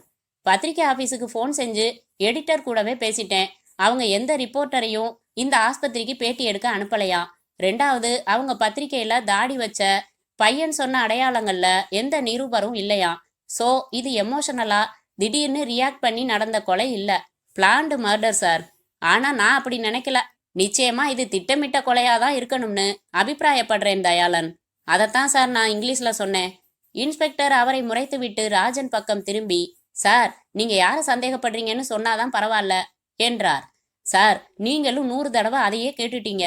அவளுக்கு கொலை செய்யற அளவுக்கு பகை யாரும் இல்லாதப்போ நான் யாருன்னு குறிப்பிட்டு சொல்றது என்றார் ராஜன். இன்ஸ்பெக்டர் தயாளனை பார்த்துவிட்டு, அப்போ நம்ம அதிரடி கேள்விகள்ல இறங்கிட வேண்டியதுதான். எக்ஸ்கியூஸ் மீ சார், உங்களுக்கு ரகசிய தொடர்பு எதுவும் உண்டா? நான்சென்ஸ், உங்க மனைவிக்கு உண்டா? இடியாட்டிக் கேள்வி. சரி விடுங்க, உங்க மனைவிக்கு இப்ப இல்லைன்னாலும் பழைய காதல் ஏதாச்சும் உண்டா? ஏன் கேக்குறேன்னா, சமீபத்துல நடந்த ஒரு கொலையில கூட யாரையும் சந்தேகப்பட முடியல. கடைசியில பார்த்தா பழைய காதலன் தான் திடீர்னு வெறியாகி வந்து கொன்னுட்டான். அதனால கேட்டேன். முறைக்காதீங்க, கேட்க வேண்டியது எங்க கடமை. முறைக்கல சார், யோசிக்கிறேன். அமுதா முதல்ல கணேச பாண்டியன்னு ஒருத்தனோட ஸ்நேகமா பழகினான். ஏன் அறிமுகம் கிடைச்சதும் என்ன ஆழமா நேசிக்க ஆரம்பிச்சு அவங்கிட்ட இருந்து விலகினான். போச்சுடா அந்த கணேச பாண்டியன் பாவம் என்று நினைத்து கொண்டார் Dayalan. That is the point Dayalan. எப்படி கொக்கி போட்டு வரவழைச்சேன் பாருங்க. இதெல்லாம் நீங்க கத்துக்கணும். பை தி பை, அந்த கணேச பாண்டியன் அட்ரஸ் உங்களுக்கு தெரியுமா என்றார் இன்ஸ்பெக்டர் புருஷோத்தமன். அந்த தனியார் ஏற்றுமதி நிறுவனத்தின் அலுவலகத்தில் உதவி மேனேஜராக பணிபுரியும் கணேச பாண்டியன் தன்னுடைய தனி அறையில் எதிரே அமர்ந்திருந்த இன்ஸ்பெக்டர் புருஷோத்தமனையும் சப் இன்ஸ்பெக்டர் தயாளனையும் பார்த்து நிதானமாய் பேசினான். சார், அமுதா கொலை செய்யப்பட்டதே இப்ப நீங்க சொல்லிதான் எனக்கு தெரியும். நான் அவங்கள நேசிச்சது உண்மைதான். ஆனா இப்போ இல்ல, 2 வருஷம் முன்னாடி ராஜன் அவங்களுக்கு தனியா பெரிய ஆஸ்பத்திரி கட்டித்தரேன்னு சொன்னதும் என்ன மறந்துட்டு அவரை கல்யாணம் செய்துக்கிட்டாங்க. எனக்கு கோபமா இருந்துச்சு, ஆத்திரமா இருந்துச்சு.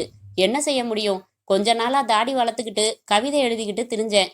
அப்புறம் இந்த வேலை கிடைச்சதும் மனசு சகஜ நிலைக்கு வந்துடுச்சு. இப்ப கூட அமுதா செஞ்ச துரோகத்தை நினைச்சா ஒரு வேகம் மனசுல வரும். ஆனா கொலை செய்யற அளவுக்கு வெறி ஏற்பட்டதில்ல. இன்ஃபேக்ட் அவங்க தன் முடிவை சொல்லி பிரிஞ்சதுக்கு அப்புறம் இந்த நிமிஷம் வரைக்கும் மறுபடி நான் அமுதாவை சந்திக்கவே இல்லை. இதுக்கு மேலையும் உங்களுக்கு என் மேல சந்தேகமா இருந்தா என் ஆபீஸ்ல வேலை செய்யற 42 பேரையும் நீங்க விசாரிச்சு பார்க்கலாம். காலையில ஆபீஸ் வந்ததுல இருந்து இப்ப நீங்க வர்ற வரைக்கும் நான் எங்கேயும் போகாம இங்கேயே தான் உட்கார்ந்து ஆபீஸ் வேலைகளை பார்த்துக்கிட்டு இருக்கேன். அவன் சொல்லி முடித்ததும் புருஷோத்தமன் தன் கைக்குட்டையால் தன் முகத்தை துடைத்து கொண்டார். நீங்க ஏதாச்சும் பத்திரிகையில நிருபரா வேலை பார்த்திருக்கீங்களா என்றார் தயாளன். இல்ல. இர்ரெலவென்ட் கொஸ்டியன் என்றார் இன்ஸ்பெக்டர். நீங்க வேஷம் போட்டு நாடகத்துல எப்பாவது நடிச்சிருக்கீங்களா? இல்ல. ஸ்டூபிட் கொஸ்டின் என்றார் இன்ஸ்பெக்டர். சரி, நீங்களே கேட்டுக்கங்க என்ற தயாளன் அந்த அறையை விட்டு வெளியே வந்து அக்கவுண்டன்ட் ஒருவரின் முன்னால் இருந்த நாற்காலியில் அமர்ந்து கொண்டார். தன்னை அறிமுகப்படுத்தி கொண்டு எதற்காக கணேச பாண்டியனை விசாரிக்க வந்திருக்கிறோம் என்பதை சொல்லி காலையிலிருந்து நடுவில் அவர் எங்கேயாவது வெளியே புறப்பட்டு சென்று திரும்பினாரா என்று விசாரித்தார். இல்ல சார், இங்கேயே தான் சார் இருக்காரு. ஆனா ஒன்னு சொல்றேன் சார், அந்த டாக்டர் அம்மா இவருக்கு செஞ்ச துரோகத்தை இன்னும் இவர் மறக்கல.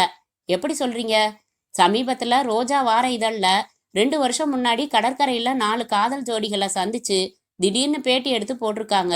அந்த 4 ஜோடிகள்ல இந்த கணேச பாண்டியனும் அமுதாவும் ஒரு ஜோடி.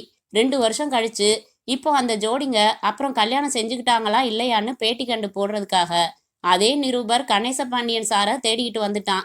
அந்த பேட்டி போன வார புக்கில் வந்திருந்தது. அதை சொன்னேன். அந்த புக்கு கிடைக்குமா எனக்கு? எங்க ஆபீஸ் ரெக்ரியேஷன் கிளப்ல வாங்குறோம், இருங்க எடுத்துட்டு வரேன். அவர் புத்தகம் எடுக்க சென்ற போது அறைக்குள்ளிருந்து இன்ஸ்பெக்டர் புருஷோத்தமன் வெளிப்பட்டு, தயாளன், இங்க யாரோட அரட்டை அடிச்சுக்கிட்டு இருக்கீங்க? வாங்க போகலாம் என்று வாசலுக்கு நடந்தார். பின்னாலேயே தொடர்ந்தார் தயாளன். ஜீப் அருகில் வந்ததும் புருஷோத்தமன், தயாளன், இந்த ஆளுக்கு மோட்டிவ் இருக்கு. அதே சமயம் கொலை நடந்த காலை 11 மணிக்கு இவர் இங்கே இத்தனை பேரை சாட்சி வச்சுக்கிட்டு வேலை பார்த்துக்கிட்டு இருந்திருக்காரு. இதனால இவரை ரகசியமா கண்காணிக்கணும். வாங்க போகலாம். என்ன நெளிகிறீங்க என்று ஜீப்பில் ஏறிக்கொண்டார். வயிறு கலக்குது சார், நீங்க போங்க, நான் ஆட்டோ பிடிச்சுக்கிட்டு வந்துடுறேன் என்ற தயாளன் மீண்டும் அந்த அலுவலகத்திற்குள் நுழைந்தார். இதோ இருக்கு இவர் பேட்டி வந்த புக் என்று அந்த பக்கத்தை புரட்டியே நீட்டினார் அக்கவுண்டன்ட். வாங்கி படித்தார். வாசகர்களே, 2 வருடங்களுக்கு முன்பாக நமது இதழில் கடற்கரை காதலர்கள் என்னும் தலைப்பில் 4 காதல் ஜோடிகளின் பேட்டிகளை வெளியிட்டிருந்தது நினைவிருக்கலாம். அந்த ஜோடிகள் வாழ்வில் ஒன்று சேர்ந்தார்களா என்று அறிய ஒரு ஃபாலோ அப் பேட்டியாக அந்த காதலர்களை தேடி அலைந்து விசாரித்தோம். விசாரித்ததில் 2 ஜோடிகளின் காதல் கைகூடி அவர்கள் திருமணம் செய்து கொண்டு சந்தோஷமாக வாழ்வதும் 2 ஜோடிகள் பிரிந்து காதல் தோல்வியை அடைந்ததும் தெரிய வந்தது. சம்பந்தப்பட்ட காதலர்களின் பேட்டி இனி என்று துவங்கிய அந்த கட்டுரையில் முதல் 2 காதலர்கள் தங்கள் காதல் எப்படி வெற்றி பெற்றது என்பதை விளக்கியிருந்தார்கள். 3வதாக கணேச பாண்டியனின் பேட்டி. அதில் கணேச பாண்டியன் தன் காதலுக்கு தோல்வி ஏற்பட்டதற்கு டாக்டர் அமுதாவின் பேராசையும் துரோக எண்ணமுமே காரணம் என்று குற்றம் சாட்டியிருந்தான். கணேச பாண்டியனின் புகைப்படமும் அருகில் வெளியாகியிருந்தது. 4வது காதலனின் புகைப்படம் பார்த்து திகைத்தார் தயாளன். அது லாக்கப்பில் சித்திரவதைக்கு உட்பட்டு கொண்டிருக்கும் சுந்தரின் புகைப்படம். சுந்தர் தன் பேட்டியில் தன் காதலி திவ்யா வசதியான தொழிலதிபர் மாப்பிள்ளையாக கிடைத்ததும் தன்னை அலட்சியப்படுத்தி உதறிவிட்டதாக ஆவேசத்தோடு குறிப்பிட்டிருந்தான். தயாளனுக்கு இப்போது கொலை செய்யப்பட்ட திவ்யா மற்றும் டாக்டர் அமுதா 2 பேருக்கும் ஒரு ஒற்றுமை இருப்பது புரிய வந்தது. 2 பேரும் தங்கள் காதலை குழி தோண்டி புதைத்து காதலர்களுக்கு துரோகம் செய்தவர்கள். போனில் ஒருவன் பேசி சுந்தர் குற்றவாளி இல்லை என்றானே, யார் அவன்? அவன்தான் குற்றவாளி. 2 கொலைகளையும் அவன்தான் செய்திருக்கிறான். யார் அவன்? அந்த கட்டுரையை எழுதிய நிருபர் யார் என்று பார்த்தார் தயாளன். தியாகரூபன் என்று போட்டிருந்தது. ஒருவேளை இந்த தியாகரூபன் தான் கொலைகாரனா? தயாளன் உடனே ரோஜா வாழை இதழின் அலுவலகத்திற்கு புறப்பட்டார். அத்தியாயம் 16. இரவு மணி 9. ஆல் இண்டியா ரேடியோ வாசலில் ஒரு ஆட்டோ பிடித்து தன் வீணையை ஏற்றிக்கொண்டு தானும் ஏறி அமரும் முன்பாக வெற்றிலை எச்சிலை வெளியே துப்பினார் வித்வான் சுப்பிரமணி. ஆட்டோ புறப்பட்டு கோட்டூர்புரத்தில் தன் ஏரியா வருவதற்குள் சின்னதாக ஒரு தூக்கம் முடித்து விட்டார். சார், தெரு சொல்லுங்க என்று ஆட்டோக்காரன் தான் அவரை எழுப்பினான். கண்களை உதறி சுதாரித்து கொண்டு வழி சொன்னார். தன் வீட்டு வாசலில் இறங்கிக் கொண்டு ஆட்டோவை அனுப்பிவிட்டு வீணையோடு வந்து பெல் அடித்துவிட்டு சௌந்தர்யா என்று குரல் கொடுத்தார். தாழிடப்படாத கதவு இவரின் வீணையின் குடம்பட்டு தானே திறந்து கொள்ள உள்ளே வந்த சுப்பிரமணி அலறிவிட்டார். சௌந்தர்யா தரையில் கிடந்தாள். நாக்கு கொஞ்சம் வெளியே நீட்டி இருக்க, கழுத்தில் நைலான் கயிறு சுற்றியபடி இருக்க சர்வ நிச்சயமாக செத்து போயிருந்தாள்.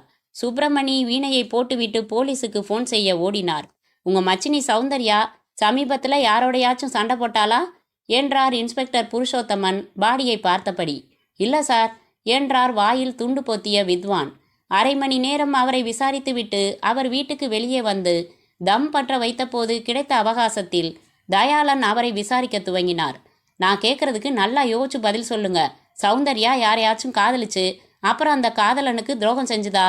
சுப்பிரமணி தயங்கி பின் சொன்னார். சார், ஊர்ல ஒரு பையனோட பழகிட்டு இருந்தா. நான் தான் உன் அழகுக்கு சினிமாவில் பிரமாதமாக முன்னேறலாம்னு சொல்லி அழைச்சிட்டு வந்துட்டேன். அந்த பையன்கிட்ட இவளுக்கு வேற இடத்துல நிச்சயமாயிடுச்சுன்னு சொல்லி நாடகமாடி கழட்டி விட்டுட்டு கூட்டிட்டு வந்தேன். Very good. இந்த விஷயத்த நீங்கள் யாருக்கிட்டையாவது சொன்னீங்களா? இப்போ உங்ககிட்ட தான் சொன்னேன். வேற யாருக்கிட்டையாவது சொன்னீங்களா? இதை எப்படி சார் சொல்ல முடியும்? இப்போ அவளே செத்துட்டாங்கிறதுனாலையும் போலீஸ்கிட்ட மறைக்க கூடாதுங்கிறதாலையும் சொன்னேன். சரி, சௌந்தர்யா யார்கிட்டையும் சொல்லியிருப்பாளா?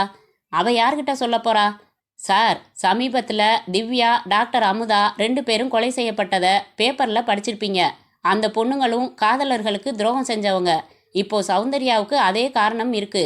அதனால 3 பேரையும் கொலை செஞ்சது ஒரே நபரா இருக்கலாம். அந்த நபர் ரோஜா பத்திரிகையோட நிருபர் தியாகரூபனா இருக்கலாம்னு நான் சந்தேகப்படுறேன். அந்த தியாகரூபன் போன வாரம் பத்திரிகையிலேருந்து விலகிட்டான்னு அவங்க ஆஃபீஸில் சொன்னாங்க. தங்கியிருந்த ரூமையும் காலி பண்ணியிருக்கான். அவன் எங்கே இருக்கான்னு தேடிக்கிட்டு இருக்கோம். சமீபத்தில் சௌந்தர்யாவை பார்க்க நிருபர்னு சொல்லிட்டு யாராச்சும் வந்தாங்களா? இல்லை சார். வேற யாராச்சும் சமீபத்தில் பழக்கப்படுத்திக்கிட்டாங்களா? இல்லையே சார். சமீபத்தில் பக்கத்தில் இருக்கிற ஃபோட்டோகிராஃபர் ஈஸ்வரை விட்டு இவளை ஸ்டில் எடுக்க சொன்னேன். எடுத்தாரு. அப்புறம் எடுத்ததை பிரிண்ட் போட்டு கொடுக்க வந்தார். அவர்கிட்ட கொஞ்சம் சிரித்து பேசினா. ஆனால் அவர் அப்பாவி சார். காரணம் இல்லாமல் அவரை போய் இதில் சம்மந்தப்படுத்த முடியாது. நீங்கள் நபரை காமிங்க. சம்மந்தப்படுத்த முடியுமா முடியாதான்னு நாங்கள் யோசிச்சுக்கிறோம். பக்கத்தில் தான் சார் வீடு. ஈஸ்வர்னு பேரு. ஒரு அட்வர்டைஸ்மெண்ட் கம்பெனியில் வேலை பார்க்குறாரு. கல்யாணம் ஆனவரா? இல்லை, அவர் மட்டும்தான் தனியாக இருக்காரு. சரி, நான் விசாரிக்கிறேன் என்று வீட்டின் அடையாளத்தை தெரிந்து கொண்ட தயாளன் புறப்பட்ட போது உள்ளே வந்த புருஷோத்தமன், நான் தான் கிளியர் கட்டாக எல்லா கோணத்துலேருந்து விசாரிச்சிட்டேனே, அப்புறம் நீங்கள் வேற ஒரு தடவை எல்லாத்தையும் விசாரிச்சிங்களா? என்னாச்சு ஆம்புலன்ஸ்? இன்னொரு தடவை ஃபோன் பண்ணிட்டு வாங்க என்றார். தயாளன் தலையை ஆட்டிவிட்டு ஈஸ்வரின் வீட்டுக்கு வந்து அழைப்பு மணியை ஒலிக்க செய்தார். கைலி பனியனுடன் இருந்த ஈஸ்வர் வந்து கதவை திறந்தான். மிஸ்டர் ஈஸ்வர், நான் தான். என்ன விஷயம்? நான் உள்ளே வரலாமா? கொஞ்சம் விசாரிக்கணும். வழிவிட்டான். உள்ளே வந்தவரை நாற்காலி காட்டி அமர சொல்லி தானும் அமர்ந்தான். என்ன விசாரணை? இதே தெருவில் வீணை வித்வான் சுப்பிரமணி இருக்காரே, அவர் மச்சினி சௌந்தர்யா கொலை செய்யப்பட்டிருக்கா. மை காட், எப்போ? அநேகமாக 1 மணி நேரத்துக்கு முன்னாடி கொலை நடந்திருக்கலாம். அவளை விதவிதமாக நீங்கள் ஃபோட்டோ எடுத்து கொடுத்தீங்களாமே. ஆமாம், அதுக்கென்ன?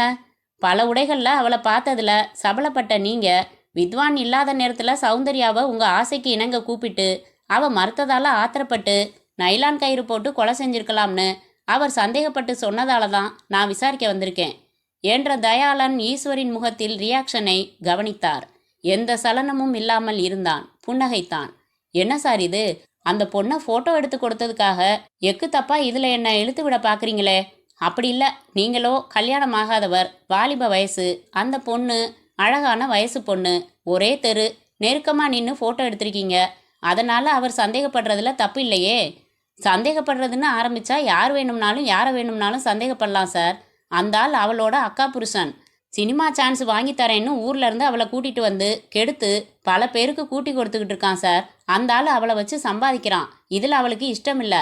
அவளை சித்திரவதை செஞ்சுக்கிட்டு இருக்கான் சார் அந்த ஆள். அதனால் அவங்களுக்குள்ள தகராறு வந்து அவரே கூட அவளை கொலை செஞ்சுருக்கலாம் இல்லையா? சந்தர்ப்பவசத்தால் நான் இதில் சிக்க வைக்கப்பட்டிருக்கேன் என்றான் ஈஸ்வர். சரி, இதெல்லாம் உங்களுக்கு எப்படி தெரியும்? ஃபோட்டோ எடுத்த சந்தர்ப்பத்தில் தனிமை கிடைச்சப்ப அவளே தான் சொன்னான். அப்போது தன்னோட பழைய காதலை பற்றியும் அந்த காதலனுக்கு துரோகம் செஞ்சுட்டு வித்வான் அவளை மெட்ராஸ் அழைச்சிக்கிட்டு வந்ததை பற்றியும் கூட உங்ககிட்ட சொல்லியிருக்கணுமே. ஈஸ்வர் கொஞ்சம் நிதானித்தான். என்ன பதில் சொல்வது என்று சற்றே யோசித்தான். இல்லையே, இந்த விஷயம் சொல்லலையே என்று அவன் சொல்லி முடித்ததும் அவன் முகத்தில் இடி போல இறங்கியது தயாளனின் குத்து. அவன் தடுமாறி விழுந்து எழுந்ததும் மீண்டும் முஷ்டி மடித்து குத்தினார். டேய், நான் போலீஸ்காரன். எவ்வளோ பேரை பார்த்துருப்பேன். என்கிட்ட லொல்லு பண்ணுறியே? நீ தான் கொலைகாரன்னு உங்ககிட்ட பேச ஆரம்பித்த கொஞ்ச நேரத்திலே தெரிஞ்சுக்கிட்டாச்சு. நீ ஃபோனில் குரல் மாற்றி பேசினப்போ எக்கு தப்பா அந்த ஆள் சித்திரவதை, சந்தர்ப்பவசம் இந்த வார்த்தைகளை யூஸ் செஞ்ச. இப்போ உன்னை விசாரிச்சப்போவும் இதே வார்த்தைகளை யூஸ் பண்ணி பதில் சொன்ன. அதே தொனியில் இயல்புடா இது. இப்படித்தான் சின்ன விஷயத்தில் மாட்டிக்குவானுங்க. இன்னும் அடி வாங்கணுமா? சொல்றியா என்றார் தயாளன்.